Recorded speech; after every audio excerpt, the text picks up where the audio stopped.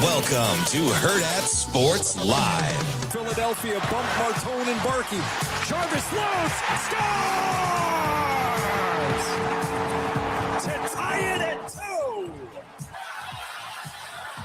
Get it up ahead. Bridges up the road. McHale rising up. Short. This time rebound goes to Bridges.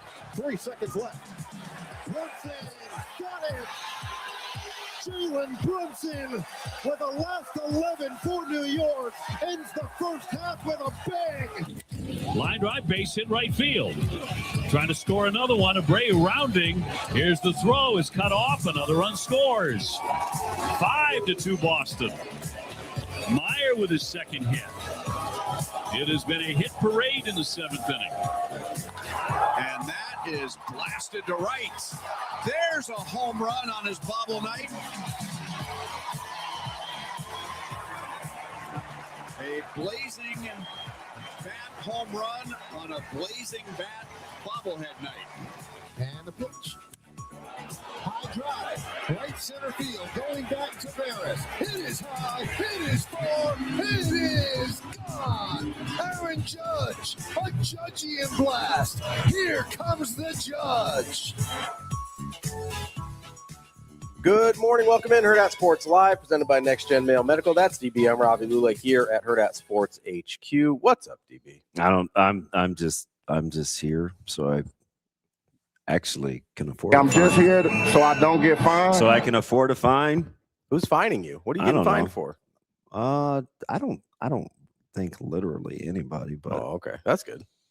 I'm here so I can pay bills, or how should I say it? I'm here so I'm just here to function as an adult. I'm here for I don't know. I'm just here. How you? We're out here, right? I mean, yeah, yeah. I'm doing okay. I need my guy Wemby to be a little more efficient offensively. Hey, it's fine. You know? He's a kid. No, I know it's early. He's a kid, and he's running into a team that plays really hard. And like, I'm glad you're back to sports. I'm always on sports. We were having a good start the last couple of days, and I just, like I told the guys, I'm not going to let you do these tirades anymore. All right, we're going to stay dialed. Like, he's all right. Well, I mean, fudge. We missed like 80% of the sports world yesterday. That's not true. We talked to Joel Lorenzi about hoops for an hour. Yeah, he's funny. No, I like Joel. Some of his takes aren't going to age well, I hope. No, we need to talk to him more, though. No, he's funny. Like, so there's a handful of guys like we really had a vibe with. Mm-hmm. Shane, who's our guy, the lady killer that used to cover Big Ten baseball? He was a Buckeye guy. He was in Columbus. Yeah. And like, we just have and so there's like these handful of guys that, you know, what's it? I need to figure out what he's doing, because he was always wanting to come to Omaha. You know, he really grew to kind of like us. Yeah. Light-skinned brother, pretty boy. He was always out here just trying to slay. But he was super smart with like sports. And I used to give him a hard time because coincidentally on the heels of the sweep, I was like, there's no excuse Ohio State shouldn't be good at baseball. Yeah. Right. But he was one of our first Big Ten baseball guys. He had like this cool voice, and he liked, I mean, super bougie. Mm-hmm. Like, he made you look like a peasant. Pinky dad. But no, I don't have the link either, so I don't know if you guys want me to participate in the show. If we don't, it's okay. Like, I don't need to see me. It's cool. I'm totally all right with that. I like me. I'm okay. Okay. Right. I emailed to you. I'll DM it to you also, just to cover our bases here. Well, what good's the DM gonna do? Well, I don't know. Maybe if Gmail's having issues this morning, maybe the DM will help you out. Maybe. Who knows? We're just out here, right? I don't know. Hey, no, Rico, are you feeling better about your tricks? I was never feeling not good about them. Of course not. That's true. He was talking some kind of crazy yesterday. Hey, so do you like how the guy blew on Embiid's belly button and he doubled over like he took a knee to the flipping solar plexus? Well, that's what happens when you have an appendectomy like less than a full month ago. Okay. We've all, not all, a lot of us have had appendectomies. Mm-hmm. But But what he's doing, I don't know if it's mixed with colitis or he has an intestine that's way too short or he only has like 4 abs. I don't know, but he's doing too much. He's always doing too much. That's his thing. It's not even, I mean, even Caleb last night, who's fairly mild-mannered. And by the way, as he gets older, he's a lot less tolerant of tomfoolery. But anyway, it's like, God, is he worse than LeBron? Yes. Yes, he is. No, it's close. No, it's not. Listen, LeBron, 7 feet, 280 pounds. Hang on, and you blow on him, and he falls to the. He's always on the ground. Like 6'9", 250. He's no chump. This dude got grazed with a forearm the other day. I mean, they had to put it in slow-mo to see if there was even contact made. And he grabbed his head like it was Zeus birthing his daughter. Like it was. Wait, is he the guy that had the baby that came out of the brain? I don't know. One of those. I'm gonna have to look one of those Norse gods. But, like he acted like he was having an aneurysm. I'm like, can we just not do this? He barely set the screen on Embiid, and he doubled over like he took one from Crawford to the kidney. I was like, Mikal Bridges. You're right. It was Zeus. It was from the forehead. Yeah, see your boy, man. Give me some Greek, not Norse god, but yeah, you were right though. You're good. Now, listen, that's like 90% of the way there. That's a. And I'm clearly talking over all 3 of your numbnuts heads. Like, give your boy some credit. God, it's Greek, but it's fine. See, I was getting ready to love on your Knicks, but guess what? They're back to the tricks again. Stephen Young hit you. Well, actually, Zeus is Greek. Odin is Norse. Oh God, you were right though. You got the hard part right. That's what. No, you guys are like trying to throw me that lollipop after I didn't get the good candy. No, hey, bud, you did so good. It's so good. No, you did great. Really good. Hey, Joel Embiid flopped so much. He got all of the Knicks bigs in trouble. Nah, man, we're good. All of the Knicks bigs had 3 fouls before halftime. And they still blew him out. I just want a link. Can I just have a link? I have sent it the only places I know how. I resent it to your Gmail. I already sent it to my echoing. Thank you, buddy. Appreciate that. Oh, no problem. I don't have it, so that's fine. Keljam wants us to know that Kratos is apparently both Greek and Norse. That is correct. Big Kratos guy, apparently. So I think he's back on my team again. You think so? Yeah. So he's one of those guys. I go back and forth, but at least he's an equal opportunity offender. Sure. Like sometimes he's yelling at me, sometimes he's yelling at you. He appears to be okay with Austin, which I have no idea why. But Headley says I'm German and Irish. Oh, Headley's back cracking jokes. So if you're typing, is it just, can it be a soliloquy or is that orated?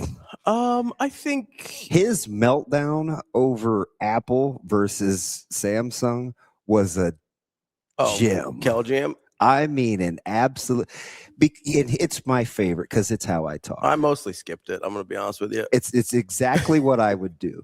I didn't read a single word. You just say the facts, yeah, and then say, "Hey, if that's your choice, fine." Yeah, but let's be operating with the same amount of with the right data. So here's do the with problem, that what you will. Here's the problem, though, is what you call we're literally having a subjective conversation. It's not subjective, it is. Though, because is Apple the RSS or Android better. That's not what he's saying. He clearly said you can pick whatever phone you like, but let's not base it on a myth. The facts are this is what happened with the SMS and RSS. This is what Samsung is doing. This is what Google's doing. The red dot thing or the green dot thing was birthed from this.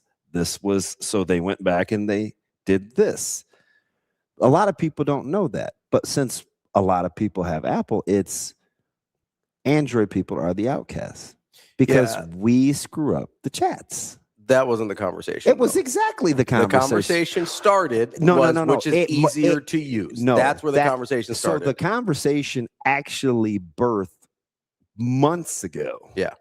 When you and Kobe were like the Fonz and Pinky lockstep over Apple products being superior. That's what originally got him riled up. That's fine, but the conversation yesterday was which is easier to something. Use. Well, I mean, and when you're saying kind of, because you were like, can I just say something?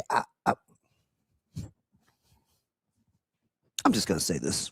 I don't think you're very smart, DB. So what I think you need to do is just keep it simple. Like that's not what I said. I didn't say anything about your intelligence level. Rico.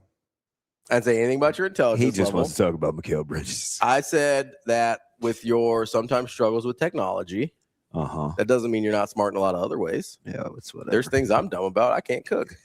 I can't cook. I can't read.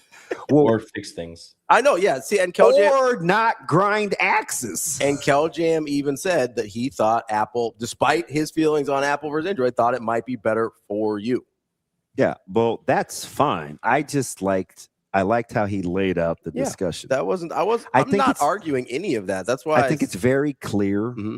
I think it's pertinent. It should behoove you. It is in your best interest because this is why people cite you indirectly in other biospheres. Yeah. And because everybody's talking about a different thing. You need to make distinctions.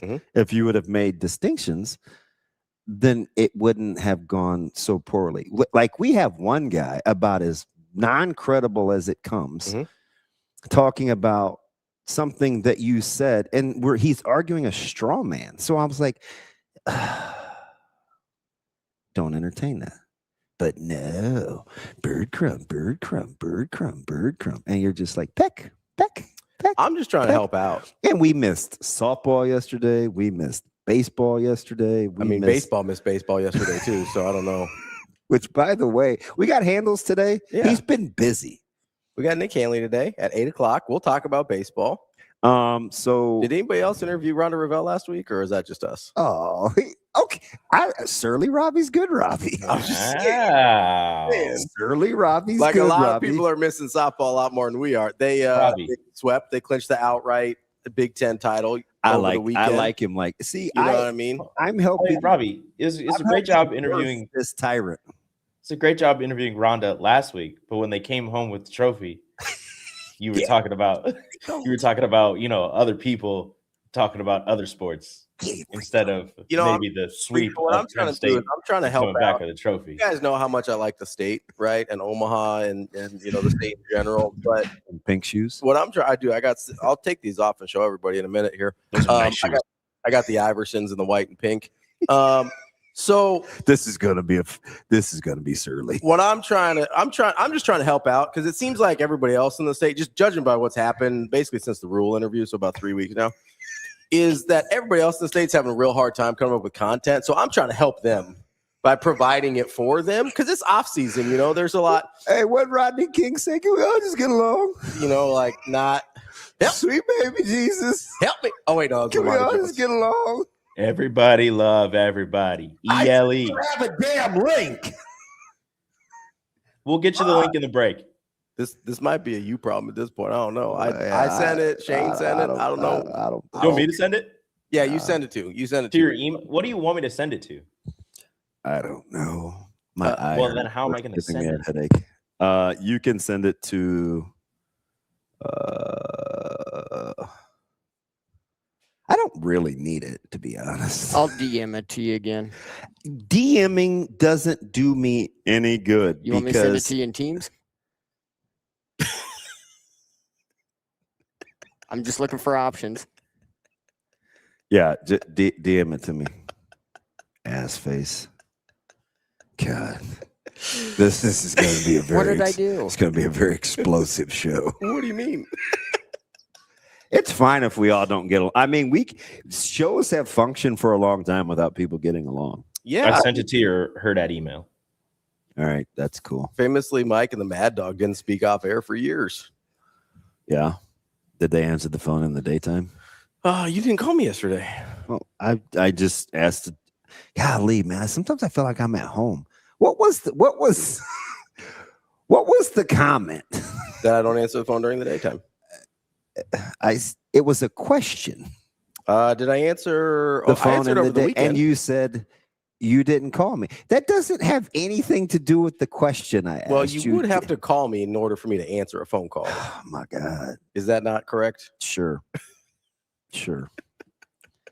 I'm gonna start over. We're gonna be all right. I'm gonna go back to liking Kale Jam again. Shake it off. You know, shake it off. Kobe. Do I need to start in the ASMR voice again? Did that help? I forgot what that stood for. Beat his ass. Was that live? Yeah, that was real. You remind me of the old lady on Family Guy. That was the voice. The lady with the curved nose. He does the pervert voice on Family Guy too. No, we don't need to get into that. He does. Herbert the pervert. Yeah, he does lots of voices. We don't need to. Actually, voices are fun. I actually think Rico could be a voice actor. Like he does lots of different stuff. It's interesting. You keep saying that. He's talented. I got some popsicles for you in my basement. Absolutely not. Why don't you go down there and get them for yourself? Okay. See? Be reasonable. Rico having a conversation in his voice and then Shane answering on drops is actually kind of funny. You have a good time? I'm just trying to buy you some time to find that link, man. I don't. No, I'm cool. I don't. Okay. The show must go on. By the way, Juan wants to know if you can do impressions of us. wait, is Juan back? Yeah, we got Juan T up in the. No, is he back in town? Juan, are you back in town? Oh, I don't know. So Juan is a poop expert. Really? Yeah. Like technically, like yeah. Human, No, animal, animal. Okay. The poop is. I said I wanted. I said, dang, Juan, I need your job. He said, no, I handle a little too much fecal matter. I was like, oh, that's interesting. Do tell. Yeah, Juan has a good job. Plus, he's around aminals, which I would like to do. What are we like farm animals? No, I'm not going to tell. I mean, I'm just going to make you privy to that. He can share what he wants to. Okay. But he's a poop guy. Mervin, he's not wearing Texas Longhorn colors, man. He's wearing red. I don't know what to tell you. Who? You may need to. DB says, Mervin says, why are you wearing Texas Longhorn colors? I go, I don't. You might need to get the eyes checked, but or maybe like your screen is off a little bit because that's pretty red. That's about as red as it gets. Maybe get an Apple phone instead. Yeah, it might be the Android picture on that one. I don't know. I'm just throwing suggestions out there. I don't know. Hey, Shane, where's your phone? Richard I Head? don't know. Where's your phone? I have no idea. We Wait, wouldn't did be you having legit this problem lose it? if you would have flipping not left it at home. It's probably sitting on the charger at home. Did you legit lose it or you just forgot it? I just forgot it. Oh, okay. I'm hoping. I'm open. Yeah. Never mind. I'm Shane and I'm hoping. That's not how that goes. Oh, is it not? No. Oh, he came up with the drop. I thought it was him. I'm black and I'm Oh, that's our James Earl Jones guy, huh? So close. I was almost, Shane and James Earl Jones have a lot in common. Rico, They're both like Yes, salt. sir. did you have a celebratory Vicodin after the Knicks win? No. Did you I don't know, toss KJ up and say, "Hey, we're 1-0. We're up 1-0." Like No, they were asleep already. I was sitting on the couch. Miles was asleep on me, so I was doing my best to not freak out with every three that they were hitting. So I was just doing the 3-point celebrations. But I was expecting the win, so I didn't. Yeah, I didn't freak out. You were supremely confident. Yeah. And even with people are saying, "Oh, the Knicks won't shoot like that again." It doesn't. The Knicks also won't have their two bigs in foul trouble and having to play Ariel Hook-Porty in the first quarter, and they won't have OG trying to not get in foul trouble also in every other game. So I think they'll be just fine. Huh? There was no fandom in that at all. That's pretty objective. No, that was different than yesterday when I'm talking to him and Joel over in the production room. And over he's there, lobbing the bird. and they're just going off about different Joel. and they're just going off about our Joel. Yeah. And they're just going off about like, no, I mean, listen, you just got to get to the finals, and then maybe if you get the Spurs, I think if they get the Spurs, they got them. They got the Spurs, and I'm like, they can beat the Spurs. Easy, guys. Let's relax. They can beat the Spurs. OKC is a different beast. They can beat the Spurs though. Like, just so you want to know what he was celebrating last night, in the Discord, he goes, if y'all want to donate to the Alvarez Clary Child Fund, maybe we could shoot for a fourth. That's a quote from Rico. I didn't make People kept telling me to have. They were like, "Oh, are you having your 13th? Are you going to name your 13th kid Tyler Kolek?" I'm like, no. Wow. I mean, you might like. You do. He has a lot more kids than he actually does. Miles McBride is. I mean, is that much greater than Tyler Kolek? It was involuntary naming him after a Nick. We honestly didn't think about that. I don't. Just like the name Miles. Do you believe him that he accidentally named his child after a New York Knick? No, I don't either. But that it was supposed to be if they made the finals that we would. So then I just forgot about it. But we were like, wow, we really like the name Miles. Like we didn't even think about it. And they were like, oh, that also works. I mean, it's fine. That's fine. Headley says Rico must be in heat. The Knicks make the finals, I will be. Wait, so you were alive when they made it in '99, right? You were little. Yeah, but I wasn't sports conscious. Okay, gotcha. Huh. Interesting. It's a lot going on. So they have made it in my lifetime, but not in my memory of lifetime. Not just sports watching lifetime. Yeah. And you weren't a Knicks fan yet either, right? Because you didn't come from Mello. Yeah. All right. So in your Knicks fandom lifetime, you were over. Yes. I'm lots of negative emotions. How happy will you be if you make the finals but get swept? Whoa. I'm just like, if it's OKC versus I'm just asking. Yeah. No, that makes sense. I'll be extremely happy, like, first game, but then once you get to that fourth one and you end up, I mean, it'll hurt, but it's like, hey, we were there. Probably never make it back. One of those things. Probably never make it back. I think we were there. And like I said, I'm gonna go. Like if they play OKC, like I'm going. I don't know how I'm gonna pay for the tickets or anything, but I'll stand outside the arena. I don't care. Just to be a part of it. I vibe with that. We might. But that's like right now. It's OKC and Minnesota. Those are like because I'm not driving to San Antonio. It's actually not that far, but it's farther than OKC and Minneapolis. Correct. What is San Antonio, like 11? Probably got to be somewhere in there. 12 hours maybe. Yeah. San Antonio. What's not terrible, but Minneapolis is like 4, 3. Are you on crack? I've never driven to Minneapolis. I have no idea. That's 6 to Minneapolis. Yes. Really? I didn't think it was 540 maybe if you got a lead foot, but 3 fudge. 3 if you're DB. Not even for me. I barely get to Kearney in 3. How close is San Antonio to Dallas? I don't know. I'm not a Google Maps guy, but I suppose I have a friend who lives in Dallas. So if it is San Antonio, I think stay with them, save some money on a hotel. Hours. You don't know. Well, I drove from San Antonio to Houston, and that's like 4, I think, because San Antonio's further west. Yeah, San Antonio's 824 miles. Yeah, you're 4 from Dallas, but that's not gonna work. That's yeah. You might as well go to North Platte and see Kobe. You could watch it with Kobe. No, it's 4 and some change. Me and Joel are going to drive together. Also, we said that if they win, we're going to the parade. I'm still trying to figure out an angle so that haven't even got to the finals yet. My man's doesn't matter. I'm feeling good. Yeah, they have won their last 4 games. They've won their last 4 games by 135 points. Yeah, 3 of those were against the Hawks. Doesn't matter. It matters a little. 135. Well, there's a lot going on. Can you feel it? We're feeling good. I don't even know if that's real. Is that real? No, that's one of the drops. Husker P says, I guess 5 hours or more of driving is the limit on your fandom. Just cutting it right off it. That's right now. But if it actually is happening, I don't think there is a limit. I do think you drive to San Antonio. I probably would. I think you would.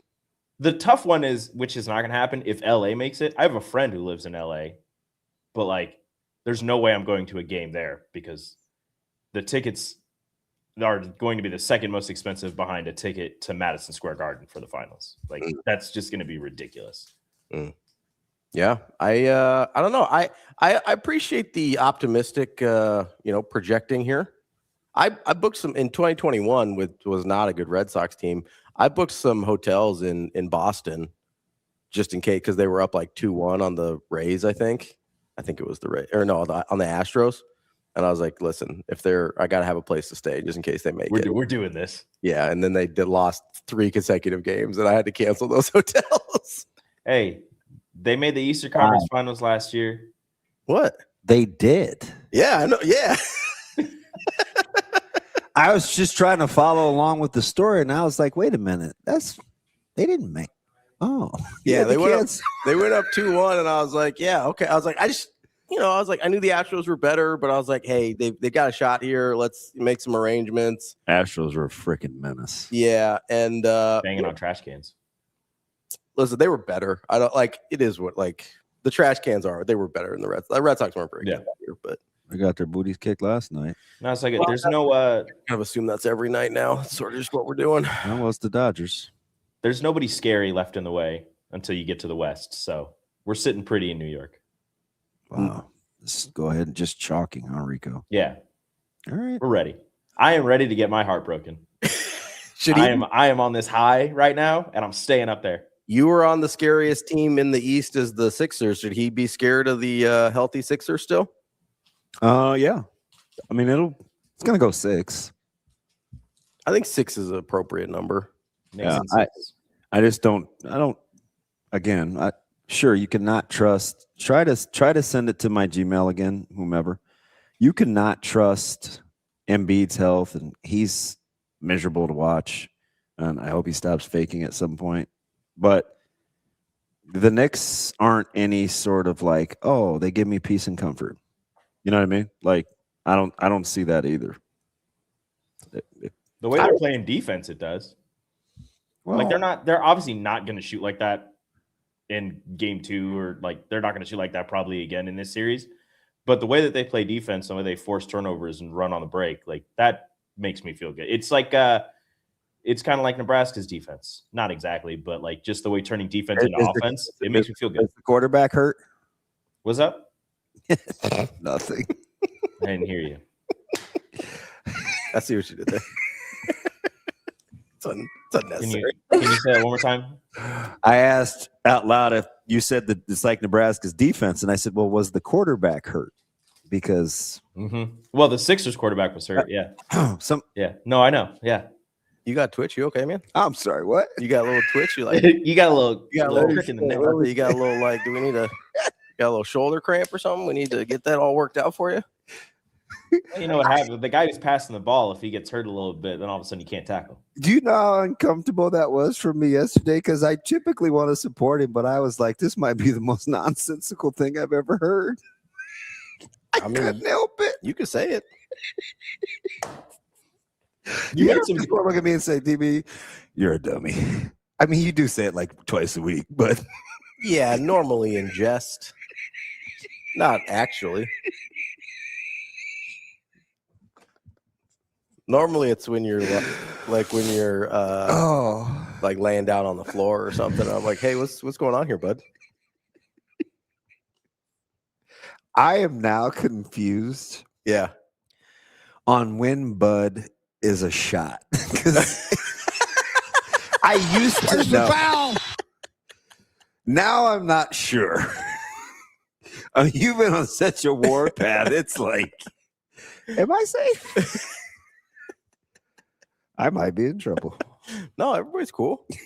We're all cool. I like everything is everything. No, I like everybody in the room. We made the cut. Well, considering you're the only 2 in the room. No, I think you count. Yeah, I was counting. That's like a joke. Okay. I was counting all 4. That right there would count as a visitation. Exactly. I would say we kind of got phones. Do you need me to have the phone? Yeah. Kevin Gates. Pull up the phone. I need you to walk up to the biggest person in there. Oh man, Buster. You start a fight on your first day. You haven't seen Godfather of Harlem, have you? No. Oh man. If you had stopped at Godfather, I got you. No. You add the of Harlem. The Harlem part really scares him. It does scare me. Just the chances go down quite a bit. He's not walking in Harlem. Walking on the other side of the sidewalk. We were just in Harlem, coming back from Westport. That's why you use Waze and not Google Map. Big Waze guy. Yeah. Well, because of T-Mac. What does Waze do for you? Is that the one that gives you like live traffic and stuff too? Yep, that's helpful. It is. Does do construct? That one does construction too, doesn't it? Or the voice talks too much. I need you to chill. Yeah, if I'm like driving 14 miles and I'm not going to do anything for 14 miles, you don't need to count it down. Stuff like that.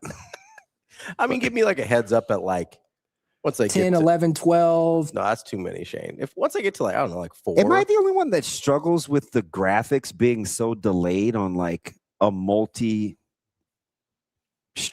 looking diagram? It's like, wait. Oh, there's like a lag? Am I veering or am I getting off? Like, is this a bend on the interstate? We're talking like a bend or a turn? Yeah. Like, yeah, I get what you're saying. It's kind of annoying. Oh, Forrest Whitaker. I know that. I know Forrest Whitaker. Yeah, Forrest Whitaker. I told you a story about Forrest Whitaker, right? I'm a big Forrest Whitaker guy. He has, I don't know, it's in the millions of dollars of physical therapy equipment in his house just to function during the day with his physical ailments. Yeah. That's why he's very selective with his acting roles because of the toll that it takes on him. Oh, I didn't know it was that. I didn't know it was that serious. Yeah. I just thought he had kind of I didn't know what it was. No, like permanent Bell's palsy. Oh, is that what it is? He got Bell's palsy? No, it's not that. It's more than that. That's crazy. It's also got your guy Vincent D'Onofrio. Oh yeah, he is a prick. He plays a bad guy really mean, a super bad guy. So that's one of those things where you ever not like somebody and they're just playing a character. Yeah, 100%. Yeah, like he questions whether I can still fanboy of him. He drops the N-bomb so many times in that series. It's tough. I'm like, God, I hate this guy. It's tough. But I love it. Then I go back and I watch Daredevil Born Again, and I'm like, oh, you're the goat. I was gonna say you like, but him he's a bad guy in that too. You like him as Fisk, though, don't you? Yeah. There's some of those roles where an actor has to drop some wordage, and you're just like, that must be so uncomfortable. I saw Eye for an Eye in high school, maybe, and I hated Kiefer Sutherland even as the president in 24. I'm like, I didn't like him as Jack Bauer. Really? Yeah, he was like a rapist. Ugh. And I'm like, God, you drive me up the wall. Was he Lost Boys too? Maybe that sounds familiar. Yeah, like I'm just like, I don't like Kevin Bacon. I have a hard time liking Kevin Bacon. What Kevin Bacon do? Kevin Bacon gives me the creeps. I don't know why. He did like Tremors. No, that's not gonna be. But that's Kevin Bacon though. Right. Yeah. I know who Kevin Bacon is. I was asking what his He issue went with was. Tremors and not Footloose. That's funny. That's really, really funny. The best thing about it is the quintessential Kevin Bacon movie is not Footloose. Tremors. It's not Footloose. Shane, it definitely is. Footloose. If it's not Footloose, then what is it? Tremors. That's the obvious answer. I remember waking up with sci-fi on the TV, just waking up to Tremors, just randomly every once in a while when I was a kid. So the ones that I probably think of him most are Apollo 13. That's Tom Hanks. He's in that though too. He's one of the astronauts. Yeah. I get that it's a Tom Hanks movie, but I think of Kevin Bacon in that movie also. I do not. And then he's very small. It's a bit part, but he's in A Few Good Men. I love that movie.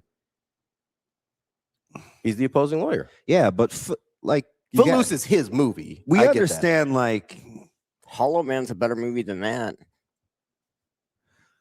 Hollow Man is a better movie than Footloose? Yeah.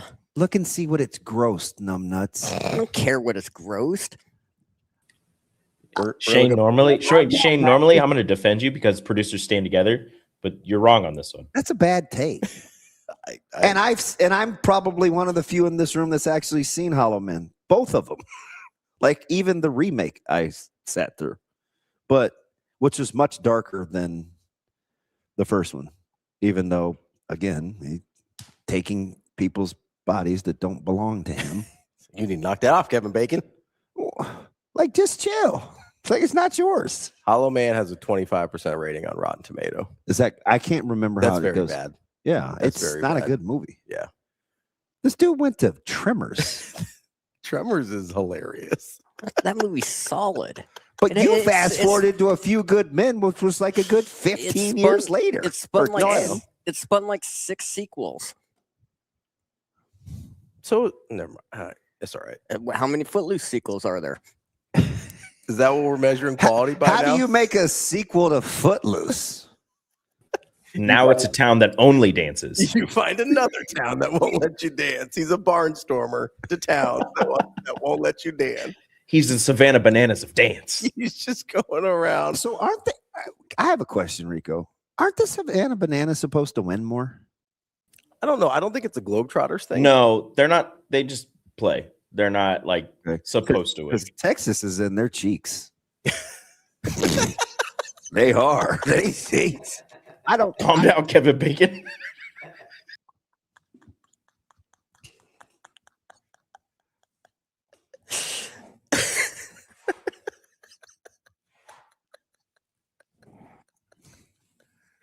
Oh, Alex brings up a good one. The Air Up There. That was a good Kevin Bacon movie.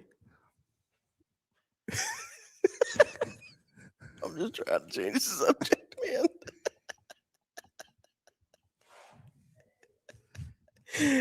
It's fine. Anyway, Texas. I think Texas has like 4 wins against. Yeah, they're them. struggle busting against Texas. I like that there's multiple teams, though. You've got like 3 or 4 different opponents. So you get a little different. How hard are those games? Rico, I gotta shake that one off. Hey. Just a real quick callback. All right. Start over. Okay. You mean start the show over? No, we don't have to go back that far. Okay. All right. This whole thing, I started out wanting to compliment Rico. If we go back to like 7:03, it was going to be a Knicks thing. He's like, I need a couple minutes to talk about the Knicks. Yeah. Oh, okay. He did say that before the show, and you're like, yeah, we got you. But he said, I got you. And it just lamb straight to the slaughter. Oh, and I thought you were on vacation, Jimmy Neutron. He is. He's enjoying his favorite show. Dude sent a picture from his fiance that said, phone's on D&D for a while. Dude, you're swimming in like a kiddie pool. You're not even like his butterfly getting it in. I know. I was trying to like, what is this? He's like all the way out of the water. I guarantee he can touch the bottom of that pool. Just trying to figure out. He jumped up for that photo. I feel like I've been in that hotel. I feel like that looks like every hotel pool, like almost every hotel. No, I'm pool. serious. Like that specific hotel? Yes. I don't even know where he is. It's a Kansas. I don't want to. I mean, well, it's a big city. He could be anywhere. I think it's Kansas City.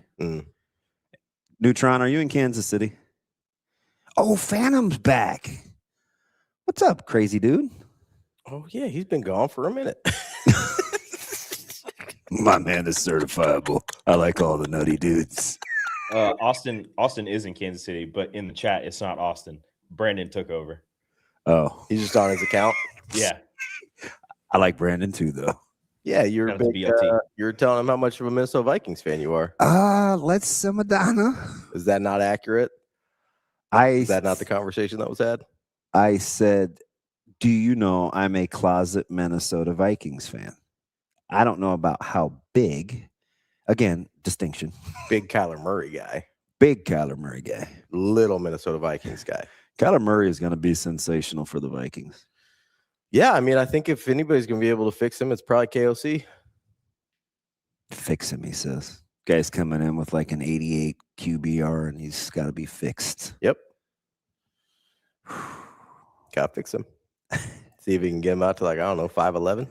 It's no, Juan. Stretch him out a little bit. Just stretch him out a little bit. That was not Rico's impersonation. Well, and I asked him if he could do impersonations of us. He didn't respond to me, so I don't know what you want me to do. Equal I don't think I opportunity. can. gotta work on it. I can't just do it on the fly. No. I'm not that talented. You got to workshop it a little bit. Yeah. Okay. He's like Frank Caliendo over there. You just gotta. No. And that's no.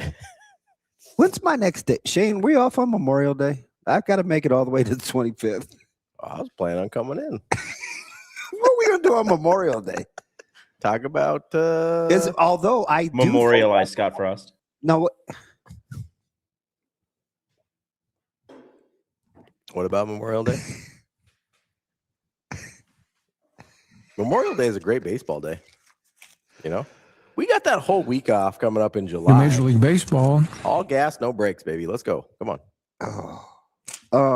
Did you ever find your other notebook? No. Did you call your pastor? Be like, hey, did you steal this? So I forgot to go to the Lost and Found, and I stopped behind a humbug. I forgot churches just like aren't open. Oh, yeah, you got to call somebody. So it was, you better call somebody. I'm not going to be like, hey, Pastor Weasel, do you have a Lost and Found? No, I'm going to find it, though. I'm telling you, I need that thing. Yeah, you got to call him up, see what's up. Oh, you didn't know? Your ass better call somebody. See, Juan needs us to be on the air that day. He's got the day off. He's begging us to be on the air. Isn't that college baseball selection day? Memorial Day? Maybe. I thought. Isn't it that Sunday? I also thought they did it on the Sunday, right? Yeah. Yeah, so we better be on. Got stuff to do. I'm not going to hang around. Stuff to talk about. Work on now, you can come by the house and we could chill or something. Not on Sunday. I mean, on Monday after. Yeah, I don't want to work. Why not?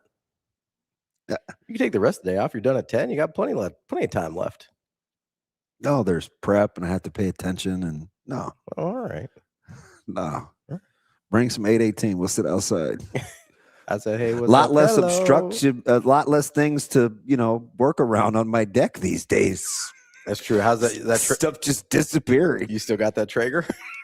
I double checked. I barely use it. It's fine. The Blackstone or the Traeger? Traeger. It's like an outdoor oven. Oh, I only put bad stuff in there like brats. Make sure you get market value for that one, Nothing that really needs smoke. Market value. My man, when it's not a Franklin and a guy is like breaking off bread, it's not enough. He's doing like tens. If you can use small denominations, it's not market value. Makes it feel like he got paid more when he's like counting out the. It's like Smokey and Friday. Hey, can you pay me in ones so it feels like I'm not getting just hammered here? I got a wad. All ones. Oh, so the show is on Monday itself. It actually is on Monday. It's okay. So it's at 11 a.m. on Monday, approximately. I kind of thought that. We should go live during the show. Ooh, for Selection Sunday? Yeah. Nebraska's still hosting, right? I don't know, man. They're down to 18 in the RPI. Yeah. Their composites are good. We'll see what Nick thinks. It's a bad look part of it's just a bad look. Getting broomed by Columbus? Yeah. Yeah. Like I'm just saying from like an optics standpoint, if you're on the and you border, only played relatively decent one game. What, Friday, basically? Saturday, yeah. I mean, they didn't hit for anything either day or any of the days. No, I know. Scott, that would be kind of weird unless I just ate at your place. Like I wouldn't cook on your Blackstone and then just be like, hey, I mean, by the time I got home, even though it's only like 30 houses, it's fine. Yeah. Enough for me to run 20 miles an hour, though. For 30 houses now? We're doing it for 30 houses now? I meant feet, 30 feet. Oh, okay. 30 feet. I'll give you 30 feet. No, it would be kind of weird just to like walk over and be like, hey, bud, I'm gonna use your Blackstone, and just like hop through his backyard and then all right, see you later. Bruh man did it on Martin. Just borrowed odds and ends and left. It's a weird move. I feel like it's a weird move. I don't think neighbors do that anymore. They better not be trying to borrow my stuff. If you cleaned it. Can I borrow some salt? Like, do people do that anymore? I mean, I would probably. What's the last time you borrowed something from your neighbor? Never. My neighbor gave me their grapes before they went on a cruise. Their grapes? Yeah, because they were like, they're just gonna go bad in our fridge, so you can take them. I'm not taking anybody's grapes. Oh my God, It's an old couple. That's cool. That's weird. You know they fondled the grapes, right? Stop. No, they didn't. You have to use the term fondled. Handled, like you guys need to grow the flip up. The chances. I can't say anything. No, you cannot say fingered. You 100% cannot. When you say fondled, that no. what? No. Robbie said it. No, I gotta know. How long have you known your neighbors? Since we've lived there, so kids, no kids. 5 years. Kids, no kids. No kids. Really old couple, like really old. Pets? One dog, Remy. What'd they give you the grapes in? In the container.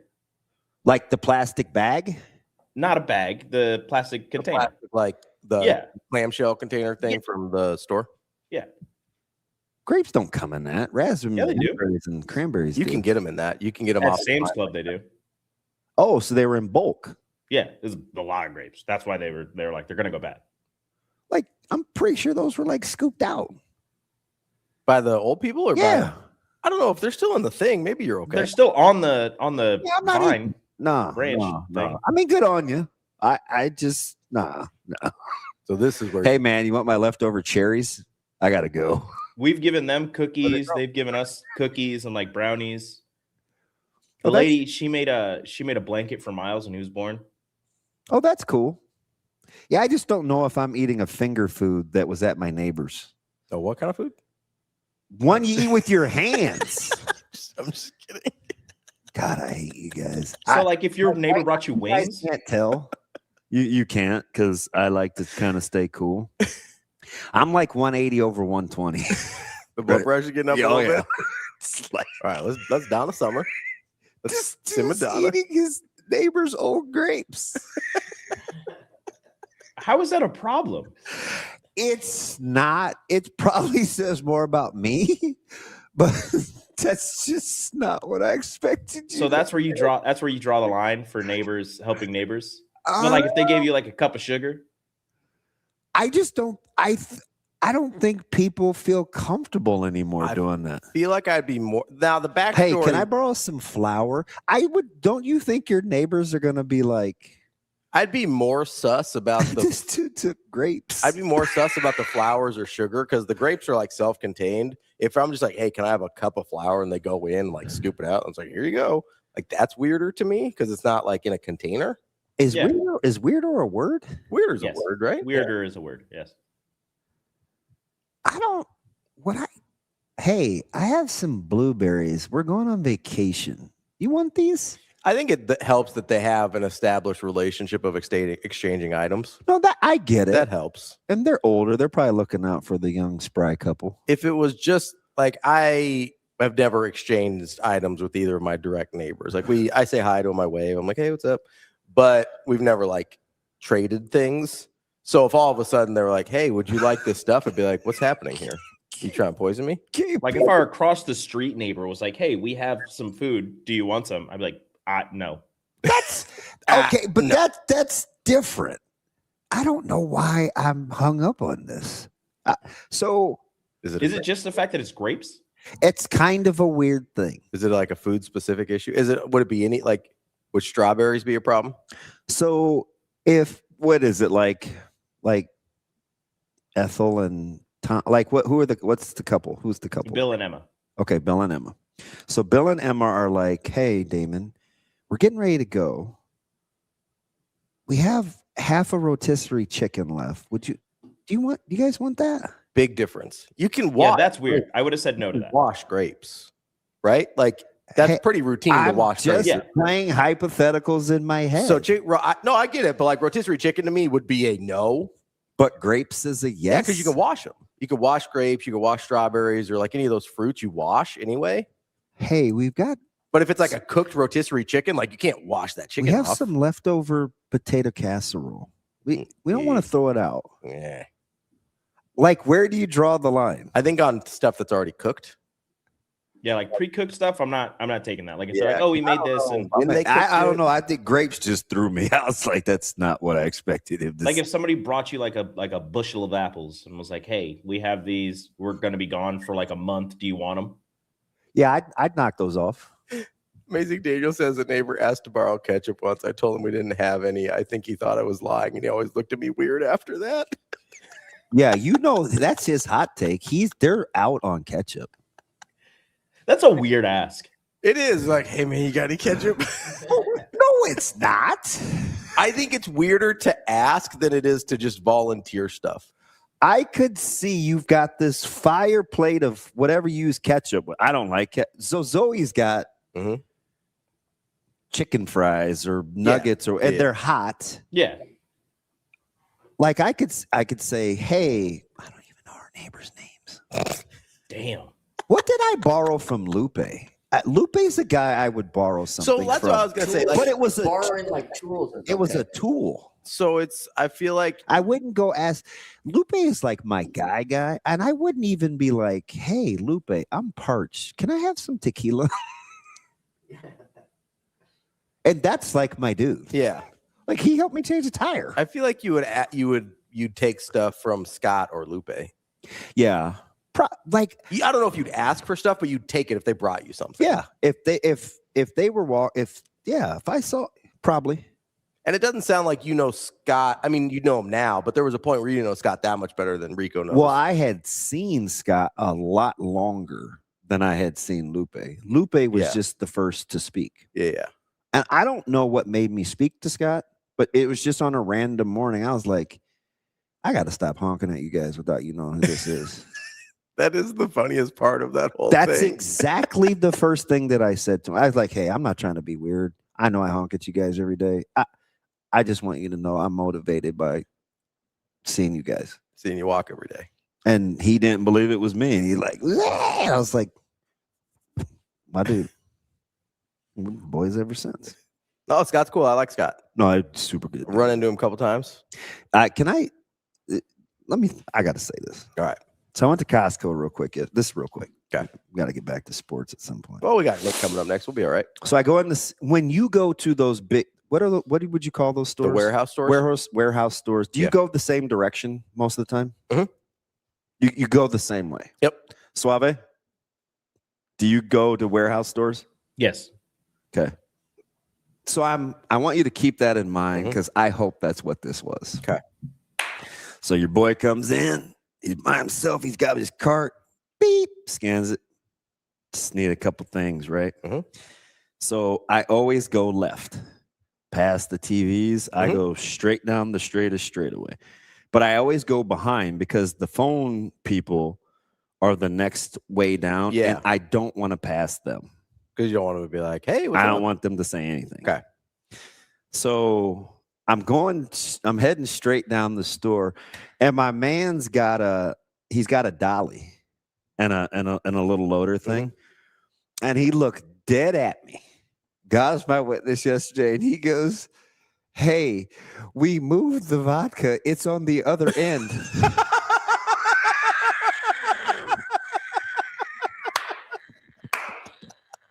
I was like, damn.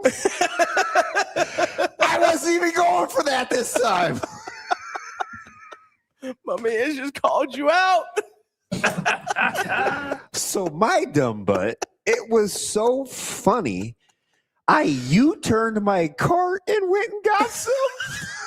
You're like, maybe I do need I was like, yeah. I guess you're right. I was like, well, you spoke it into existence. I am here.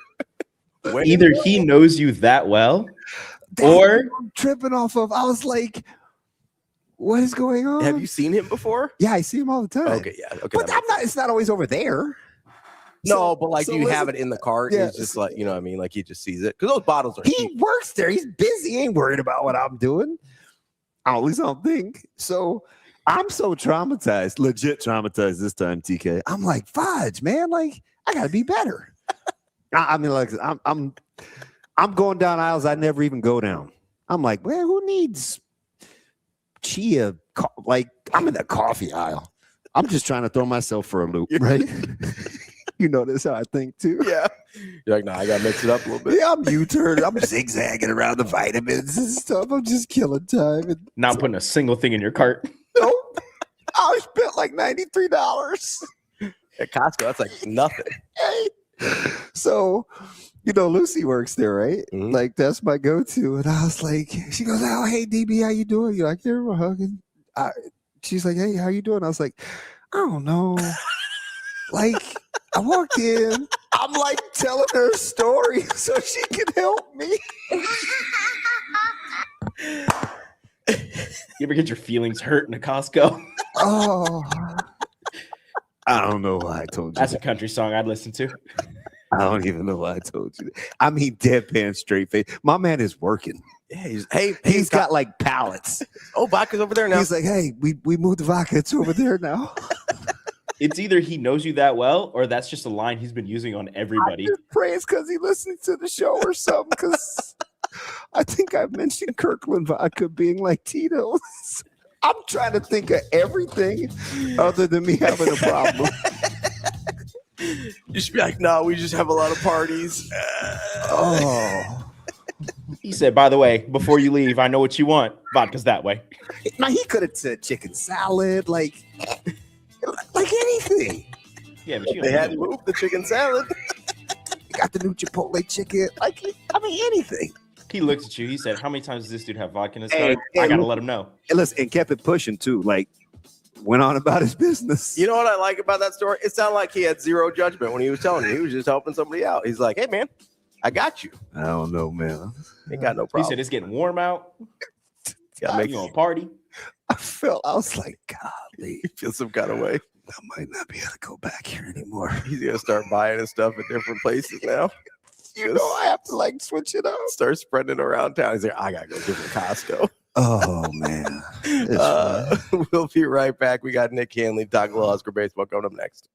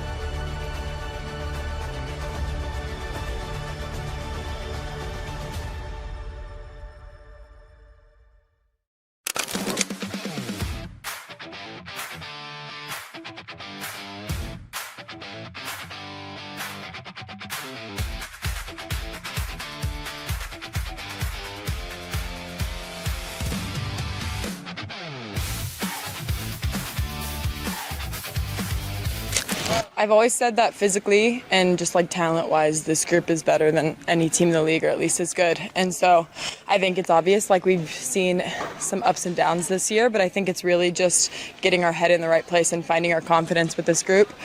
And we've put so much internal work throughout the season, team meetings, lots of chats, like just seeing like what we need to do and be cohesive on the court. And I think we've seen that these last few weeks, just how we're peaking at the right time. And every single match, like throughout any point of the season, I always said that I think we can beat the team on the other side of the net, and I think we're especially feeling that going into the semis. I think you need leadership in literally any aspect of life, and I think luckily for us, we have a lot of great leaders on this team. I think me just being with the Supernovas for 3 years, going into a third championship, I can definitely take a part in that role, but we have so many incredible athletes that just take their own role in a leadership way as well.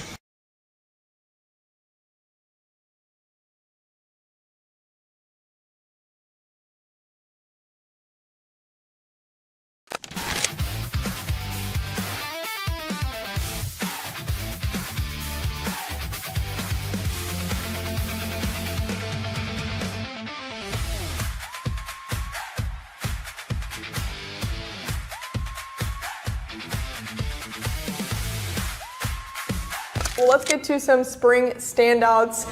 Taking a look at the stats, Jacob, who were those players that really stood out to you? Yeah, kind of a mix of returners, newcomers, players that we haven't seen a ton of. For the most part, like the stars, they were fine. Like Harper Murray, even she said, wasn't super thrilled with how she was playing early on, but nobody's worried about her. Nobody's worried about Andy Jackson. But kind of the stars of the spring, I would say. One, you have to start with Torreya Sigler. Yep. And she was absolutely fantastic. Led Nebraska in kills. In the obviously split and taken basically 2 sets apiece. She played a little bit more than that in the Creighton match.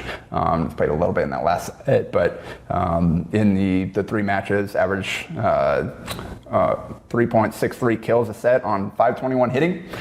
Pretty darn good. Yeah. And obviously we know back row is what the role that she played last year. And part of that was that's what she was ready for. Part of it, the back injury later in the season too, that probably limited her over the last couple months of the year as well.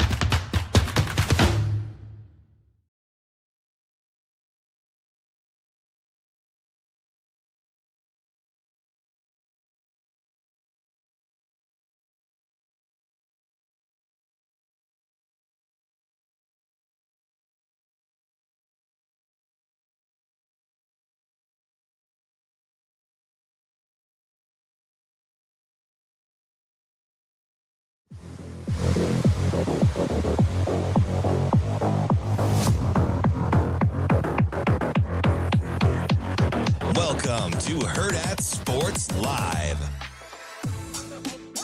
Welcome back, Hurrdat Sports Live, presented by NextGen Male Medical. That's DBM Ravi Lulla here at Hurrdat Sports HQ. We'll be joined shortly here by Nick Handley, doing the play-by-play and Husker radio. And I feel like I need to defend myself. Well, I mean, I'm going to ask Nick, and let me ask the question because you'll try to frame it. I would never do that to make me feel bad. He's getting ready right now, by the way. You get like the same things from the store, right? Yeah, I get like the same 6 or 8 things from Costco all the time. So it would not shock me at all if somebody was like, "Hey, this, they're over here now." Like if it was like Diet Coke. Yeah. If they moved the Diet Coke, someone at that Costco would 100% let me know because they see me loading that stuff up. They'd be like, "Hey, bud, the Diet Coke's over here now. We got you." Or the Gatorade. I get a lot of Gatorade over there too. Just want to make sure that we're all on the same page. No, the chat's killing you a little bit. Yeah, I mostly Kobe. I don't even know why Mostly I told Kobe. that story except for it's funny. I just thought it was I was mortified. I'm gonna be honest. I feel like we have an obligation. Why? When something really funny happens to us, I feel like we almost have to share it. You know what I mean? We can't be holding out content. He just was so casual. I was like, oh boy. But again, in my defense, I make these fruit fusions. So I put them in mason jars. So it takes a lot at a time. Yeah. For some reason, at some point, Natasha was using vodka to clean stuff. Yeah. Which I didn't know was a thing, but it's because I hate the smell of vinegar. Me too. And so she found an alternative to use because she doesn't always like using the sprays and stuff. Yeah. And so she started using vodka because she was being nice and being like, "Hey, I know he hates the smell. I'm not going to use that anymore." And so she went and got to the giant. So we go through a lot of vodka because she uses it to clean. It's not because her name's Natasha and we stereotype. Unrelated. Or Natalia. How about Nick? Let's talk to Nick. One of those other ones with the end name, Nick aka Nick, doing the play-by-play for Husker baseball. Nick, how we doing this morning? Good. What the hell are you guys talking about? Super voice. Listen, I need some help here. So maybe in more ways than one. If you ask the Costco I guy. just want to get his. Okay, so Nick, I shop at some warehouse stores. Okay, as do I. Okay, so at said warehouse stores, do you get mostly the same things? Yes. Do you walk kind of in the same general vicinity when you're shopping? Like you take the same route? Yes, because I'm not going to Costco without a game plan. Okay. Because you get lost. You spend hours there and then it gets overwhelming. So I know exactly where I'm going. I know what I want. I'm a repeat customer of said product or products. And yeah, I mean, guys have gotten lost there. They have not been heard from again. One time I spent 2 hours at a Buc-ee's in Texas and I was embarrassed. So yesterday, Nick, I was I was shopping. And so there was a worker there, and he had a loader, and he had a bunch of boxes. So he's basically working, and I know him. I see him, and he always says hello and stuff. And so he's like doing his little thing, and he goes, "Hey, we moved the vodka. We put it on the other end down there."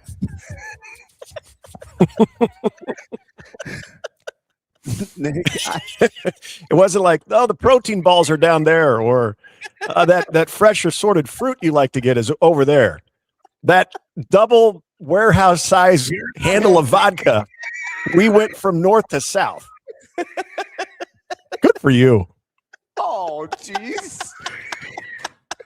Hey, when they know you, right?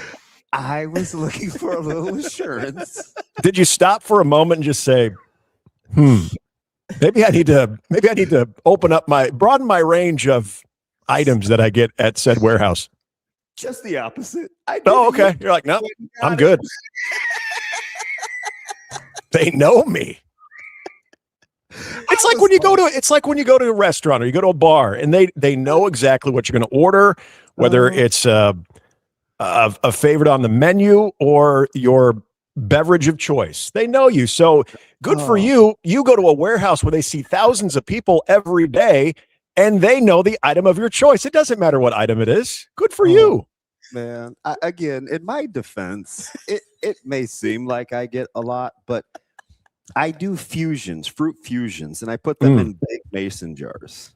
Mm-hmm. So he's like, I feel like you're being sarcastic. So where does the vodka come in?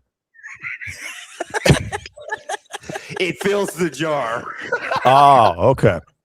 Okay. It fills the jar a lot at a time. So right, but at some point you're still drinking said vodka, right? Yeah, but it takes a couple of weeks at a time. Sometimes that fusion needs it needs an extra star. I get you. It's a Friday. I get it. All right, Nick. Or Wednesday. Wow. Okay.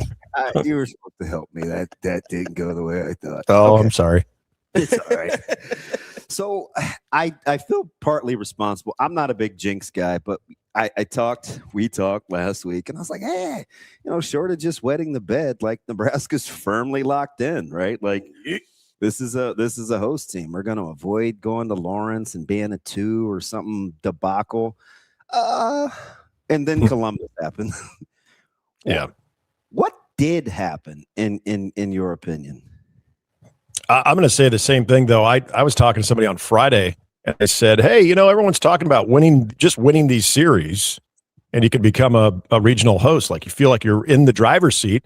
Like you said, as long as you avoid just a major stubbing of the toe. And I don't think anybody saw a sweep to Ohio State. And I said, what if let's dream the biggest dream. Let's say they win out. Let's say they sweep all those games. Are we now talking about Nebraska as a national seed? So I'm part of that problem on Friday when it comes to jinxes. But guys, this is I understand the reaction everyone had, because the offense was stagnant. I mean, you're looking at 5 runs and 13 hits in a 3-game stretch. They do that. Hell, we've seen them do that in a 5-inning stretch. Yeah. And so that didn't make a lot of sense. Sunday, they were just barreling up baseballs right into the mid, so Sunday had a little bit of bad luck, but guys, let's face it, this team has had some good luck. Okay. In their they've had 2 10 plus game winning streaks. they've had some luck. They've had some things bounce their way.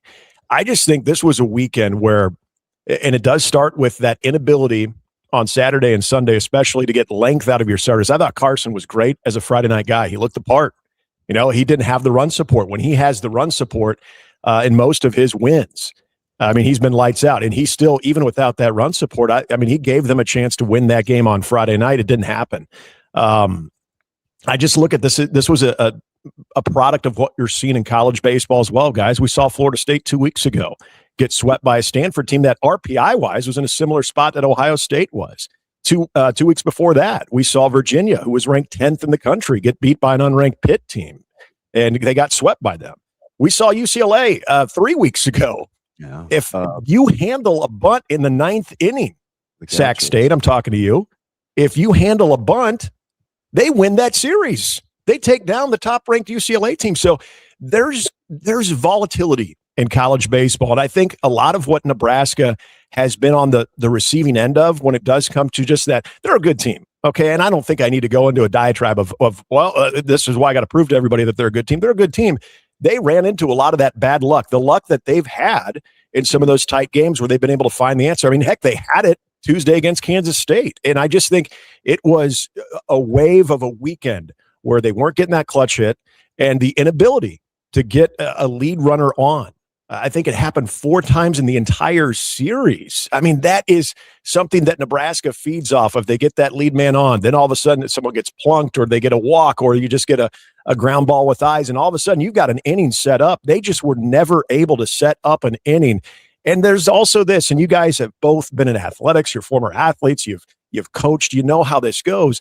Sometimes when you've had things go your way so often like this Nebraska baseball team has, sometimes you take that for granted a little bit. And that doesn't mean they weren't prepared for this series. I'm not saying that. But I think when you personally don't come through in the situation, you just expect the next guy to do it. And then all of a sudden he doesn't come through in the situation. Well, he expects the next guy to do it. And all of a sudden, no one is coming through in those moments. No one is making that pitch. And all of a sudden you're kind of looking around saying, what the hell's going on here? It just, I think a culmination of a lot of those factors is how I see it, because I don't think that all of a sudden, wow, we got to reevaluate this team and say they're a bad baseball team or they're a lucky team. I just think that they were the most recent example of what we're seeing a lot in college baseball with top 25 teams. Yeah, it's interesting too, because with Coach Bolt's personality, it's probably gonna eat at him. We know that, especially over a 3-game set. But what you just talked about, there's perspective too, especially with where you are in the season, with most of the regular season in the rear view. How delicate do you think he would treat? Hey, listen, it's baseball. We've been on a heater. That this was due versus, okay, there's some things we got to address. We didn't situationally, whatever, where it's a balance for the guys to keep the momentum. Right. And I think that message, Damon, is extremely important, because what do you think Johnny Fan was saying after Saturday and Sunday? That was doom and gloom, I'm sure. Exactly. You've got to be different than your message has to be different, in my opinion, if you're Will Bolt and if you're this coaching staff, because you look at going into that weekend with a number 10 for your RPI, with 34 wins under your belt, sitting pretty at 17-4 in Big Ten play. Everything was solid. That body of work was great. Some great series wins. The series sweep over USC. I mean, I can go on.